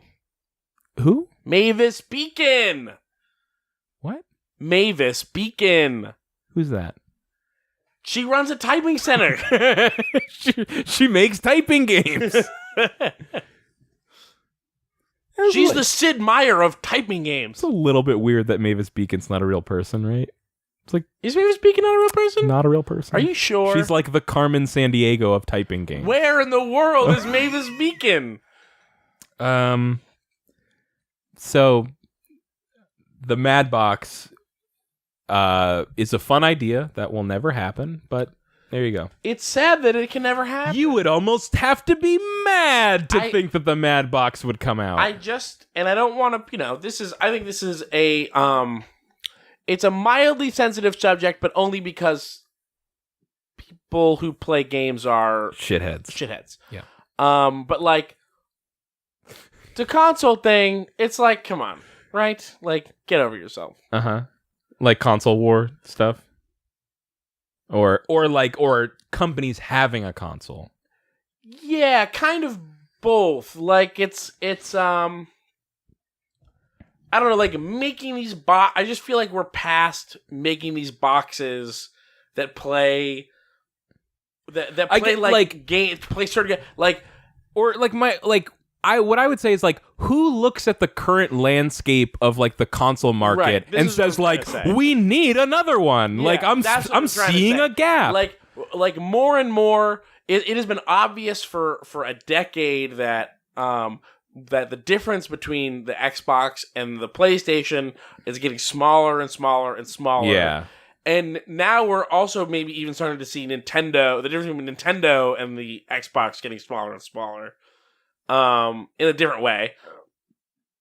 But like, there's barely an ecosystem to support 3 separate consoles, let alone some weirdo, hyper powerful. If you want to play a super powerful game, get a PC. That's what that's for. PC is the powerful game console. Yeah.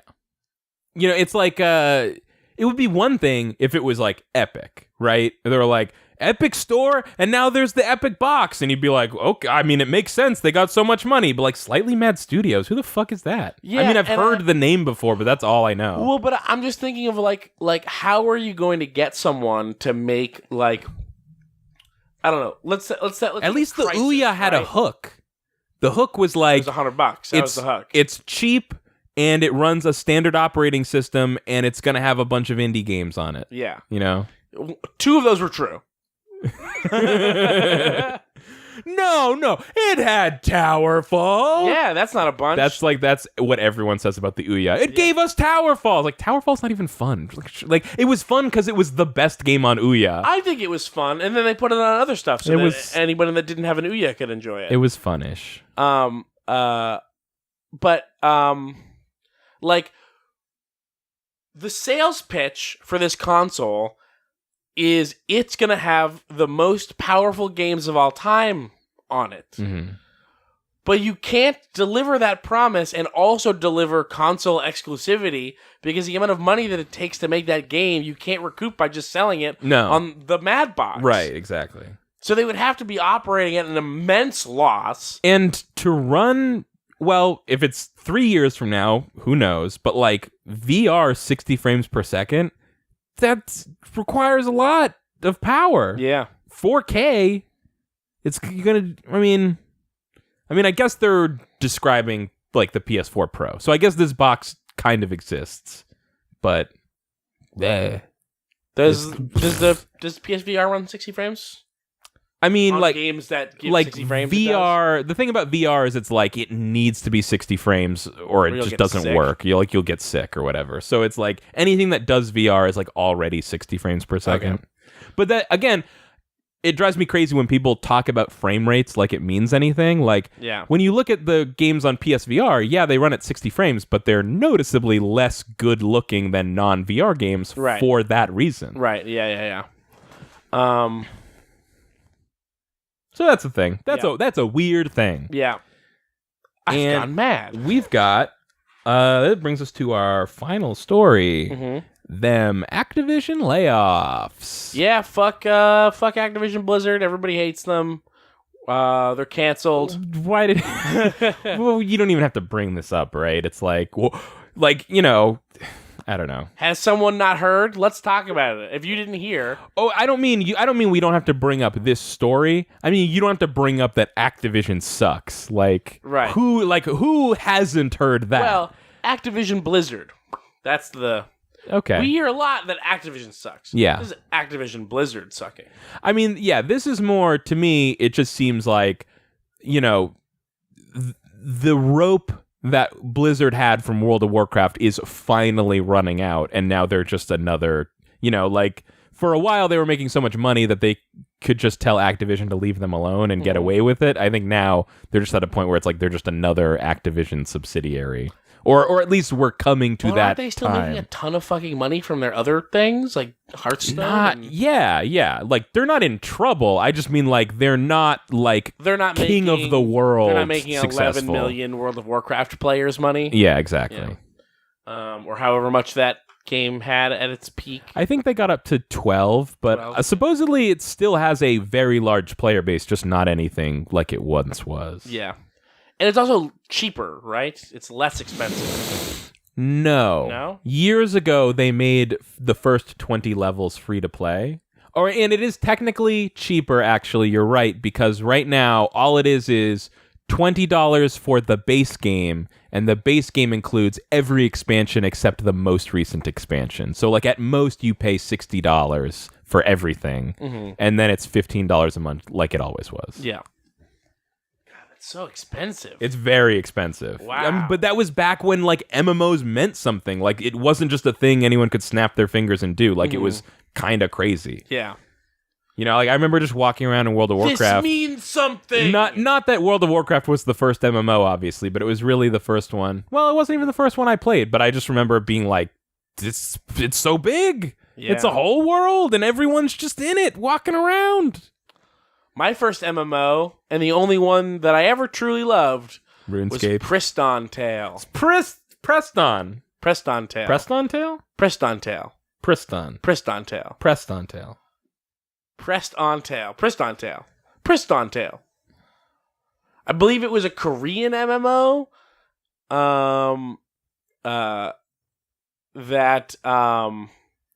There was an English version, but I had to have my friend like put it onto a disc because I couldn't figure out the website because it wasn't in English.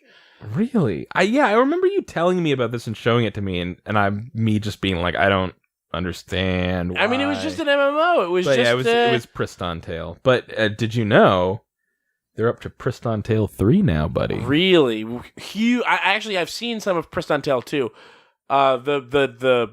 They really improved the style.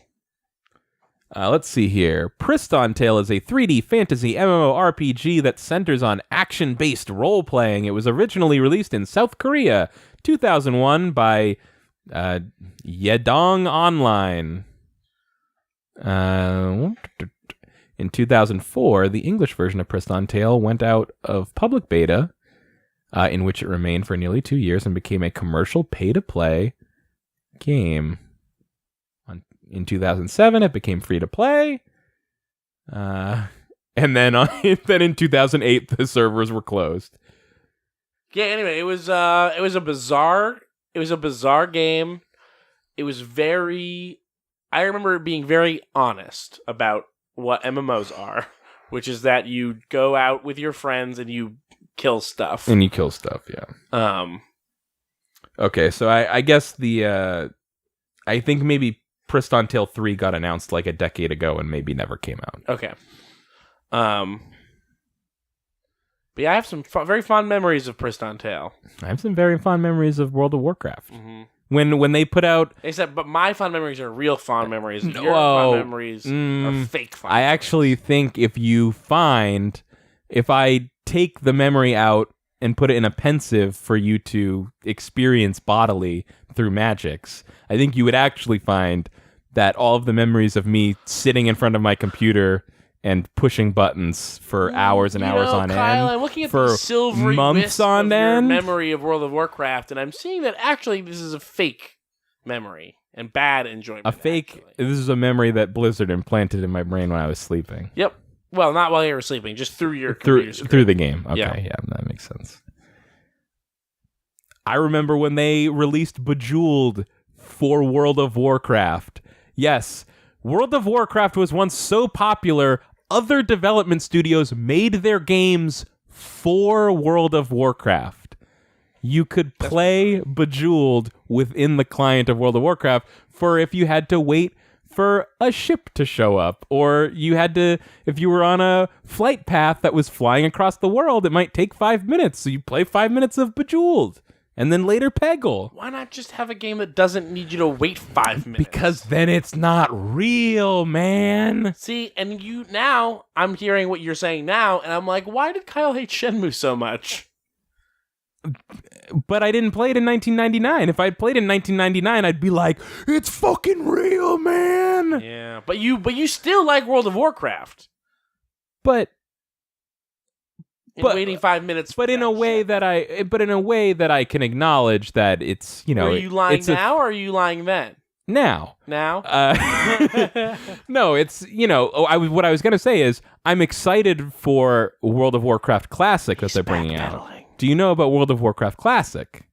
No. They're going to release a splinter version of World of Warcraft that is the vanilla version before all of the expansion packs, because it's been heavily, you know, it's existed for like 12 years, 15 years. Jesus Christ. So they've made many, many changes to it, and they're going to bring back the original version. And I'm excited about that because I loved that original version, but I know that I'm going to play it for 90 minutes and go, yep, that's what that is, and then uninstall it and never play it again. But I'm really excited for that 90 minutes. Want me to repeat everything I just said? No, I was listening. But we've missed the point, which is that fuck Activision Blizzard. What? Yeah, fuck them. What? Well, they fired a bunch of people. Oh! They made the most money they've ever made, and then they fired a bunch of people to increase productivity or to increase the potential of being the company they always knew they could be, and then released a secret, not secret, but they released a separate thing for like shareholders. It was like, actually, this might not help at all.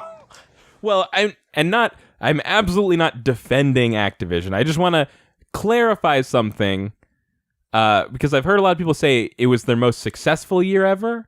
Technically, it was their highest revenue. That doesn't mean it was their highest profits, because revenue is before costs are deducted. And also, even though it was their highest revenue ever, they still fell dramatically below their predictions. Yeah. So, I mean, it was not a fake. Predictions are stupid anyways, but I'm just saying, like, it wasn't literally like, our best year ever, everyone's fired. It was like, the way the math worked out, technically there was one number on their spreadsheet that was higher than any other year, but it wasn't like a great year for Activision. But also, Activision is the worst. But then, so they laid off 8% of their staff, which was like, how many jobs? Like 800? Like 800 jobs. Yeah. And this was company-wide, so it also included Blizzard. I heard some people say it might some of this might account for them getting rid of Destiny, because there was probably like marketing people at Activision that their whole job was marketing Destiny. Mm-hmm. But then didn't they put out like another statement more recently that was like, since we laid everybody off, we're probably not gonna make that much money this year or something like that. Yeah. So the second statement, the original statement where they were on the same day, or maybe even in the same report, they announced their record-breaking revenue and also that they were firing 800 people in order to do better.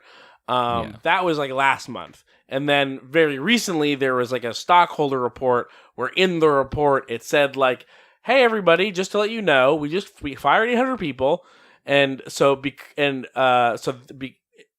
that might not be good for us. Yeah, right? like our business might take a dip because we have 800 less people now. I think the idea was just that they weren't.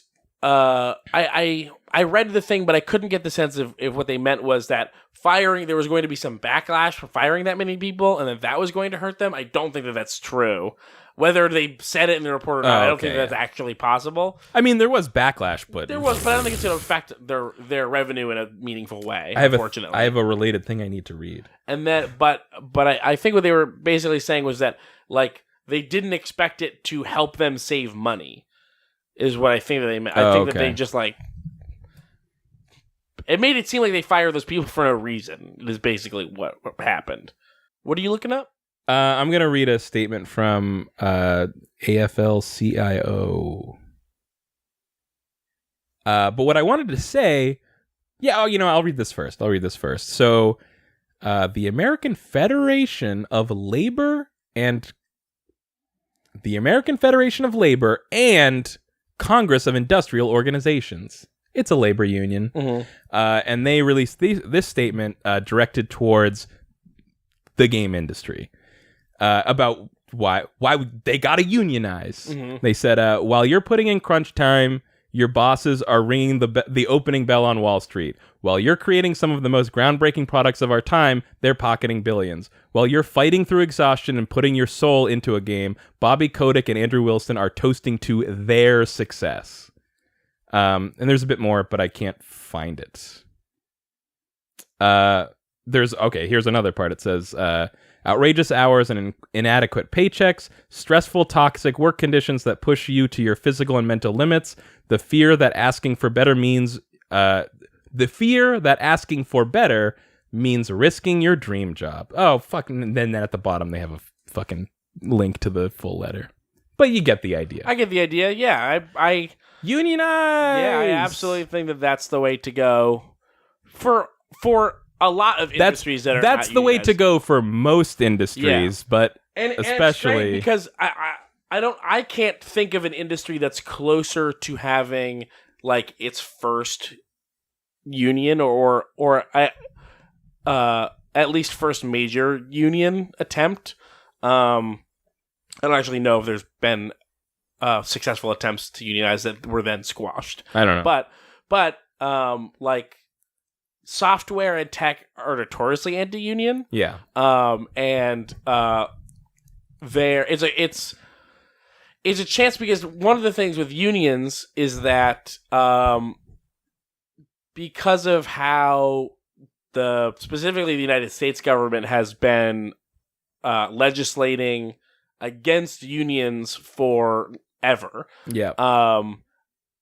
Unions are great, but also the unions that exist are pretty much as bad as they could possibly be. Yeah, like that's the other. We have like no unions, but the ones we have aren't great either. Yeah, they're both weak and ineffective because of the law, and then also weak and ineffective because they've been compromised by politics. Right. And so it would be great to see both a union emerge and then also a different kind of union that isn't in its DNA trying to mediate between the executive class and the laboring class of the games industry, but is like openly advocating against, like, not as a mediator, but advocating against the bosses. Right. Like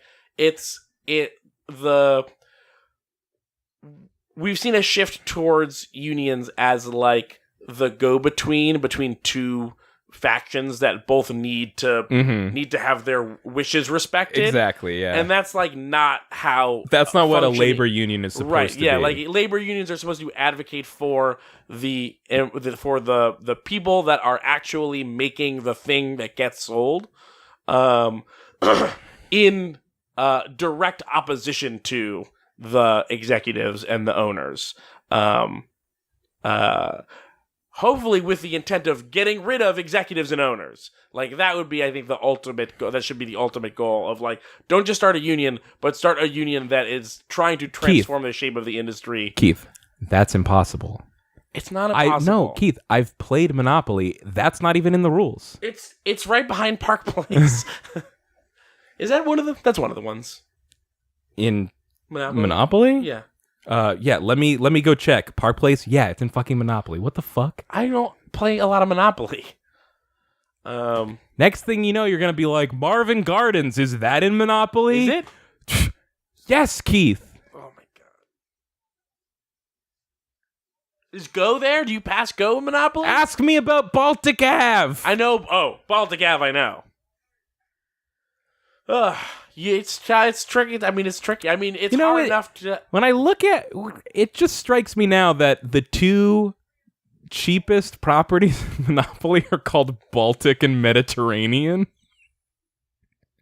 Yeah, that is weird. I don't know. Just like a weird dig that someone decided to put into Monopoly. I'm sure you'd find, like, the story, it's like, it was made as a socialist teaching tool, and then someone stole that idea and threw away the teaching tool part, and then just sold the pro-capitalism part. It's like that was like the one thing they changed, was they changed the two names to Baltic and Mediterranean. But I'll say this also, again, not a this is not a defense of Activision. This is why we gotta fucking tear it all down, is because the reason crazy shit that doesn't even make sense happens is because the stock market, like the way it works is that you have essentially, like everyone says the board of directors is at the top. It's not really true of a corporation. Who's at the top are the shareholders. Yeah. And literally the only stake they have in the business. Specifically the major shareholders. Major shareholders. The only incentive that they have is to make money from the company, and that happens by the company growing year over year. Not just being successful, but being more successful than they were last year, which is, if you think about it, yes, functionally impossible, actually. Yeah. So it's wildly unsustainable, and I mean, any reasonable person could agree that maybe profit is not a healthy thing to be your only motivator. Because, hang on, because the way it works is like people that want to like prop up corporations will say like, well, we don't need to like outlaw corporations as they are now to get positive change, you know, because the CEOs care about the environment too. They care about workers' rights too. And, you know, we can change their minds, but you can't, because the moment a CEO or a board of directors does anything that can be demonstrably proven to be not like to be even 1% less profitable than a different course of action, they can just have that CEO or X number of board members removed from the company. Like literally, it's like if they don't only laser focus on making as much money as possible, they'll just get fired and be replaced by somebody that will do that. Yeah, and nobody who's a CEO of a company wants to do anything that makes less money anyway. So publicly trading companies is rotten to the core, and it should be outlawed. Yeah. So just keep that in mind. Yeah. Well, food for thought. And then, like, I can't remember what I had at some point. I don't know. Like, there's no like. There's an entire industry around. There is an entire industry around. There's an entire industry around, and that's fucked up. I don't know. I had some point. Get rid of companies. There's no reason why anybody needs a boss. Bosses are dumb. Get rid of them. Get out of here. Yeah. Like the end of Metal Gear Solid 3. Just get rid of that boss. Get rid of that boss. Get rid of that boss. But bullet in the head. But like boom. Any size boss, big boss, little boss, all of them. Even the big bosses? Even the big boss. Oh my gosh. We'd have to go to Metal Gear Solid 4 for that. Any size boss. Out. That's the sound of out. That's rough. Yeah. I had a point, but I can't remember because you wanted to keep doing your point instead of me interrupting you. Hey, I let you do a lot of points in this podcast. Yeah, that's true. Weird that Metal Gear Solid never introduced a little boss. It just seems like right up Kojima's alley. That's probably why they fired him. Because he was going to do Little Boss? He was trying to do Little Boss. For years he was trying to do Little Boss.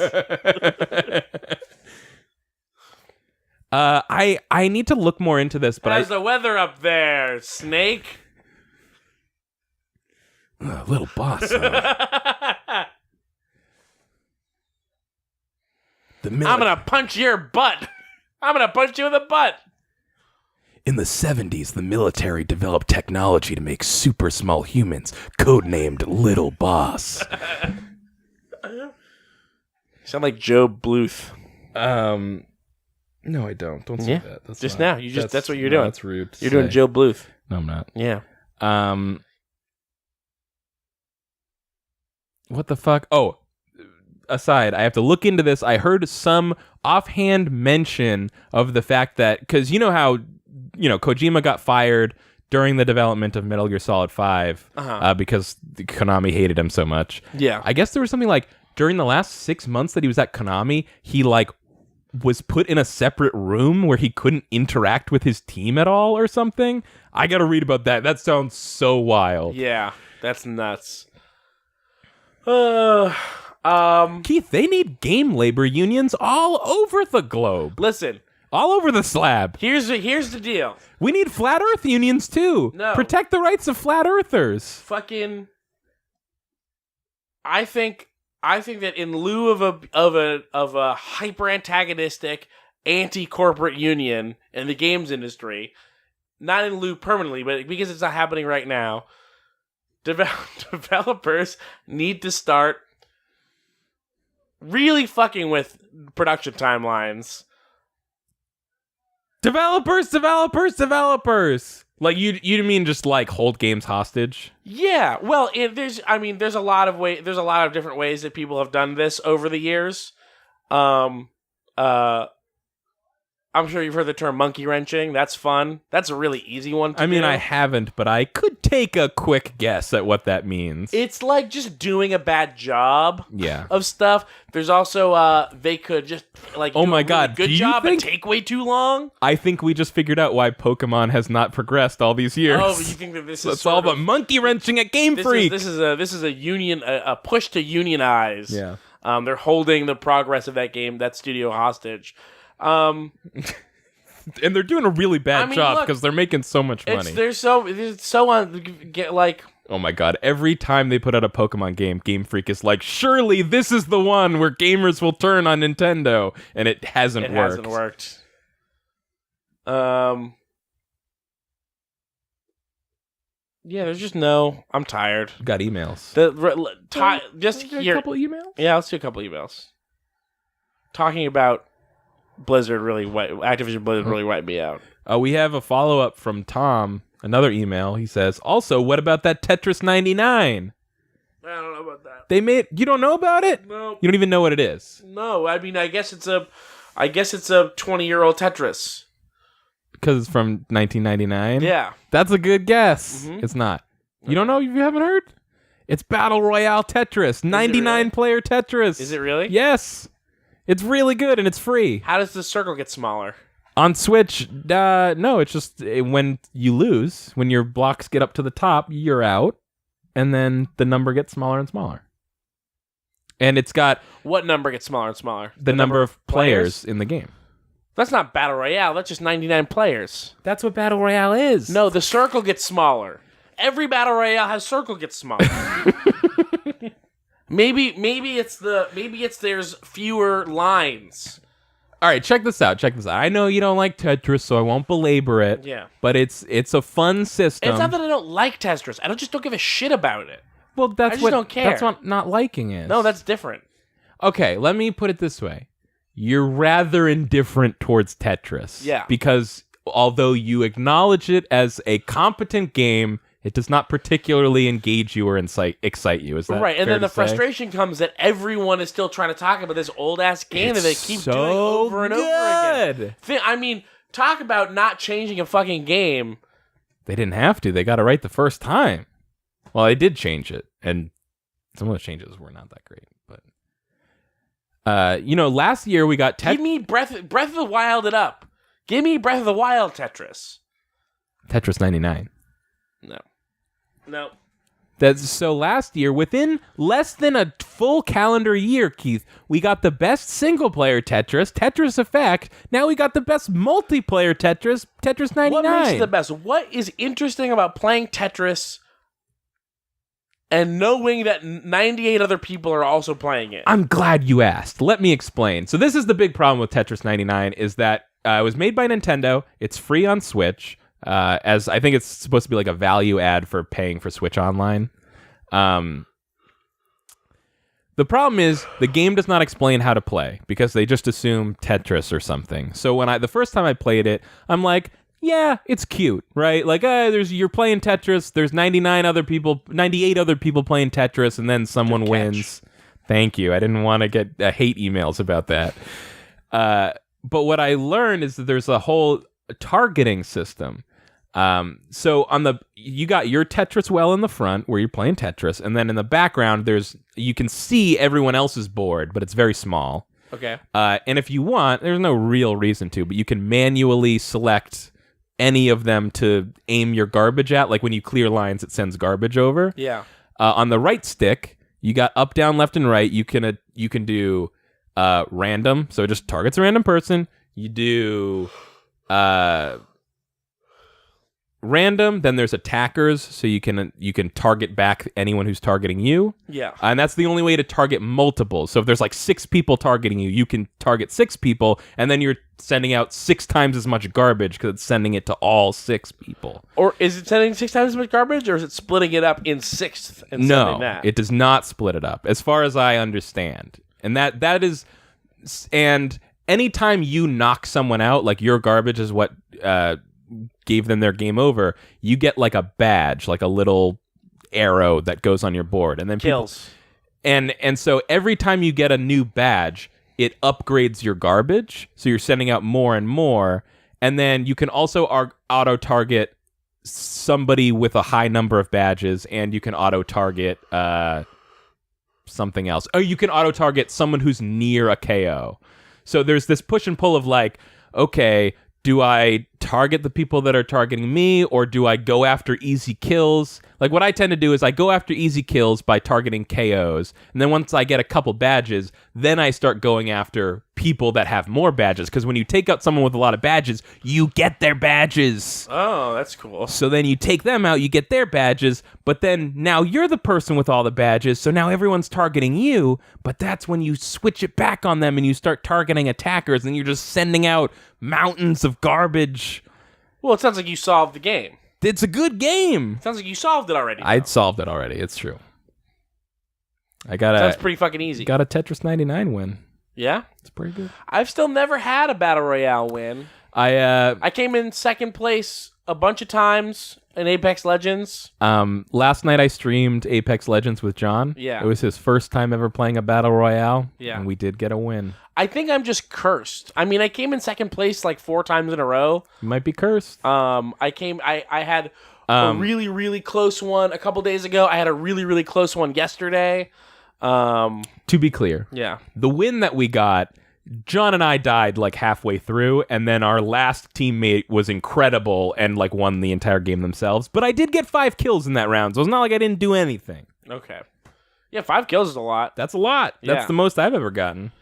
Yeah, it's probably... I think I've gotten 6. The other person got 8 kills. They were a monster. Damn. Bumblebee, that was their name. I get 2 or 3 kills is what I get the most often. That's like my, median? Oh, my median... Mode? Which one's... I mean, median and mode are 2 different ways to determine the average, so they could both be that. Mean is the way to determine average. No. Median or mode, one of those 2 is just whichever number occurs most often. Well, I mean, it depends on what you're going to call. I mean, technically, mean, median, and mode are 3 different ways to find an average. It's just that mean is the most accurate way to do so. Mode is the number which appears most often in a set of numbers. I see that in the chat right here. Yeah, I googled it. SETI says, mode and median are not for finding an average. Whatever, SETI, fuck off! Yeah, median is finding the number in the middle of a set of values. I know what they are. Mode is the number that occurs most often in the set, and mean is the average of all the numbers in the set. Yes. Anyway, mode. My modal amount of kills is like 2 or 3. My mean, median, and mode are all 0. Really? Yeah. You usually don't get any kills? I usually don't get any kills. I usually get 2, maybe 3.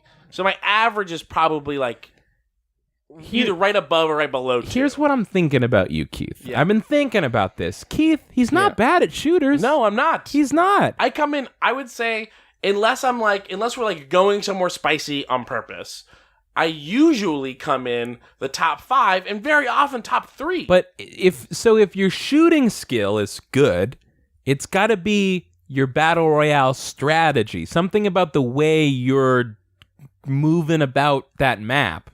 It must not be working. I don't know, but I'm coming in like 3rd place a lot, 2nd, 3rd, 4th. That's close. If we're talking about my mode is 4th place. It sounds like maybe we're gonna have to get back to this game. Yeah, we're doing it on PC because you got to stream on PS4 twice now, so we're doing it on PC again. No, because you said we should play on Xbox. That one doesn't. The next time we stream. Yes, but you got to play on PS4, which is what you wanted. Only once. 2 times. No, the first time didn't happen. It was only once. I don't care about PS4. That's just the only one John has. Okay. And we're doing Xbox. I don't. That's where I have Caustic and Mirage. It's gonna be so much more complicated for me to set it up as a recording. No, you already have it set up as a recording. The Xbox is right here. You sit here, you play on this thing, you can talk into this mic even, and you only need to send it You don't have to send But it I don't any. like it. You have to. I don't have I did to. it for you. And you know But what? I'm more important. But here's another thing. Here's another thing. You're like, hey, I'm so good at the shooting. How come I'm losing? Because you're playing on PC, baby. That's where all the killers are. You got to go to console where the babies hang out. The reason we play on PC, the reason that PC Hey, you get is... my vape cartridges, right? Yeah, they're upstairs. The reason that PC is the way to go is because we can both use the controllers that we like. You want to use a console controller. I want to use mouse and keyboard. I know, but it's not, even though it works because the controller works the way it works on the Xbox, it still puts me at a greater disadvantage because everyone else is using keyboard and mouse and they're savages. Because not only is keyboard and mouse the most accurate No. controller, not only is it the most accurate controller, but it is because of that, it is the place that attracts the most savage shooter players. Listen, all I know is that we're in 2019. It is the year of people plugging in a fucking controller into a computer and playing games that way. That's More true. people are playing that way than ever before. Fucking, I was talking to Austin. Austin's got like 5 wins on PC with a controller. Well, Austin is a god amongst men. I mean, who No, could? he's not any I know good. he sucks. No, I don't know anything about how Austin plays shooters. He's fine. I wouldn't say that Austin and I have any discernible or like there's not much of a difference in Keith. skill. Whoever is better is better. I don't Keith, know. this comes down to a basic. Basic curse. No, well, yeah, you are cursed, but this comes down to your typical friendly courtesy. The first time we played in your preferred venue, recording the way you wanted to record, and then for the next time we do mine. And if we do a third time, we go back to yours. Just like how we trade off introing the podcast. Let us not war against brothers about who will intro the podcast. You go, then I go. You got to intro it uncontested for years, which means that we get to play Apex Legends on the PC uncontested for years. That's not how it works. It's an even trade. And then in a few years, we'll switch off 1-1, and then lest there not be war amongst brothers. Should we talk about Ape Leg? We never talked about Ape Leg. Titanfall. was, You talking about Titanfall? I was playing Apex Legends with some randos, and they were like a couple kids, and I heard one of the kids being like, "Yeah, it's like a realistic Fortnite. It's like they made a realistic Fortnite." And I was like, "That's really funny because A, this kid doesn't even know PUBG exists, and Yeah. B, what the fuck is realistic about Apex Legends?" Like, I guess It looks less cartoonish. when your entire world is Fortnite, I guess Apex looks pretty realistic. Yeah. Yeah, like it is slightly more... It is slightly less cartoony than Fortnite. Here we have a email from Sean K, who asks, "What are some games you?" SEAN? Yes, Got it. you're right, because you don't want to. When you're trying to listen to this email, you want to be picturing the right spelling of Sean. Yeah, I don't want to be trying You don't want to be thinking this spelling. is an SHAWN like Yeah. from Boy Meets World, and then all of a sudden you're blindsided. Yeah. So they ask, what are some games that you first played on the quote-unquote wrong platform? For instance, I first played through Syndicate, Starflight, and Buck Rogers' Countdown to Doomsday on the Sega Genesis, while most people consider those classic PC games. You got any of those? Yeah, so there's a lot of like... There's a lot of... I got one. I got a quick one. Oh, I've got a quick one. You do your quick one, and then I'll do my quick one. Then you do your quick one, and then I'll do my joke that I was doing. Okay. I played Mortal Kombat on Nintendo Oh, yeah. when it was the bad way to do it, and you're supposed to do it on Sega. Yeah. But you didn't have any Nintendos besides 64, right? No, this is at my cousin's house. Oh, okay. Yeah. Yeah.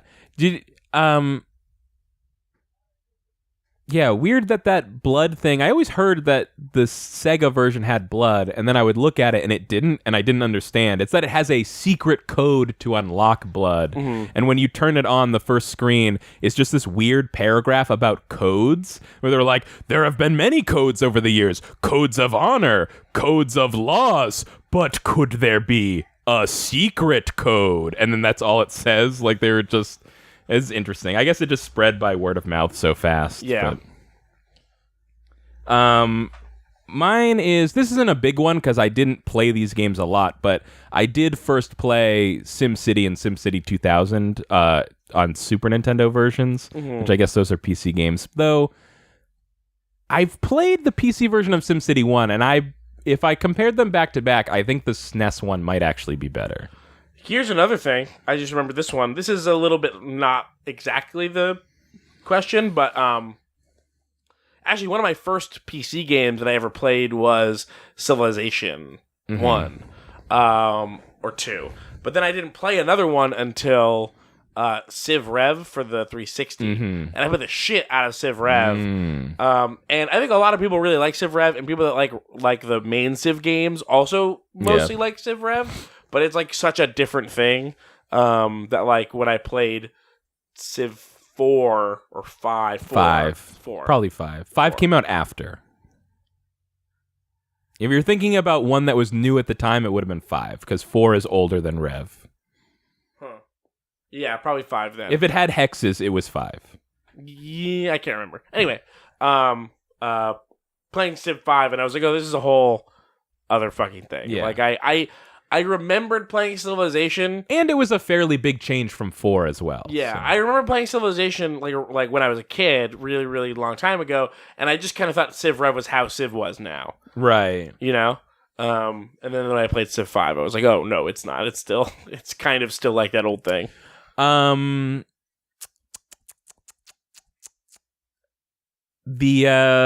Jedi Knight games. Like... Outcast, I didn't play on Xbox. The only one I really played at the time was Jedi Academy, but that was on Xbox, where it was more like a PC game. And yeah, Outcast and even Dark Forces came out on PS1, and I knew that as a PS1 game, and then later found out it was a PC game. Yeah, weirdly, one of the only PC games I have a memory of playing before playing Civ 1 was playing Dark Forces 2. That my dad had installed on our home computer, and then I figured out how to play the first level of over and over again, because I couldn't beat it, but I loved it. I had a PC version of Sonic CD. That was how I experienced that game first. Or wait, maybe? Yeah, I think I only got it to work like one time or something. Yeah. The other thing is that I played all of the Super Nintendo games and most of the Genesis games that I ever played as emulators and ROMs on the computer. That is its own version of playing. Dozens and dozens of games that came out a decade earlier on NES and Super Nintendo and Genesis I only have ever played on a computer. What was weird, though, was this was for like all the Game Boy systems, like, because I remember seeing you playing Pokemon Yellow on a Game Boy emulator before Yellow was in English. Yeah. And then like later I played some Game Boy Advance games on emulators when the Game Boy Advance was still the newest Nintendo handheld. Like that was how I played Advance Wars, because I was a broke middle school kid. I don't know if I have any other like wrong versions. There's got to be something. Like, or here's one. Like this, I never really played Diablo 1 back in the day, but I actually like the PS1 version better because it has a double speed option, because that's a really slow game and it works good. I think, this is actually for the whole series. I started playing with Diablo 2 on PC, but I actually think Diablo is a series that works better on a controller. And we've got one more that I will retrieve momentarily because I lost my thing. Here what are we, like 2 hours and 45 minutes? The timer's over a while ago. Yeah. All right. The timer's for 100 minutes. I think we're at like 180 minutes. Okay. This comes from a person who I believe their name is pronounced Victor Games, but I like to call them V-Games. In the future, where Netflix-esque streaming game services exist, will any of this question was sent in before this Xbox Game Pass announcement was made, so that's interesting. Mm-hmm. Will any of the big three remain as a major distro partner, like who has the key series / franchises that will generate interest in the catalog enough that they go to that provider for the game streaming service as opposed to another? They're basically asking, in the future when all games is Netflix, will it still be Microsoft, Sony, Nintendo, or will we have different companies? Like, is there going to be a Netflix that comes in and, like, kills Sony or something? No. I think because if it happens, it most likely will be one of those three that does it.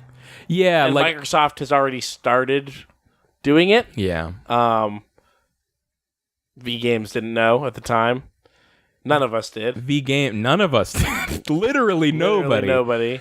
I mean, this is like wild speculation because, like, who would have guessed that, you know, like in 1999, you never would have guessed that, like, 18 months later, Sega was going to announce that they were done making game consoles. Yeah. It's funny though to think that, like, I think they announced that like 3 months after I bought a Dreamcast. It was like, we're done here. Yeah. It's like, oh man. But it actually went longer. I remember going to a GameStop and seeing a trailer for Sonic Adventure 2, and at the end of the trailer, they had mock-ups of a PS2 version and a PS1 version. And that's when I was like, oh, I guess I need a PS2 if I'm going to play Sonic Adventure 2. And then that didn't end up happening. That was weird. Yeah. So yeah, like, who knows? Maybe Nintendo, like, it was like an open secret for a long time that Microsoft was looking for ways to sell off the Xbox brand.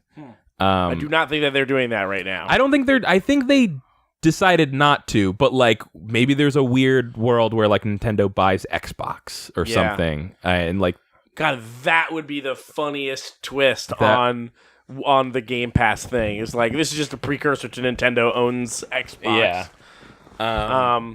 I think so my real answer to the question is that, like, well, now we hear rumors that Google is, like, about to announce, like, a game streaming service or something. Fuck off. Yeah, sure. But, like, yeah, I mean, if someone's gonna put, like, I think that's the thing is, like, at this point, Microsoft, Sony, and Nintendo are so entrenched that to be pushed out, it would have to be someone even bigger. This is what I've been trying to say. So, do you remember Stellaris?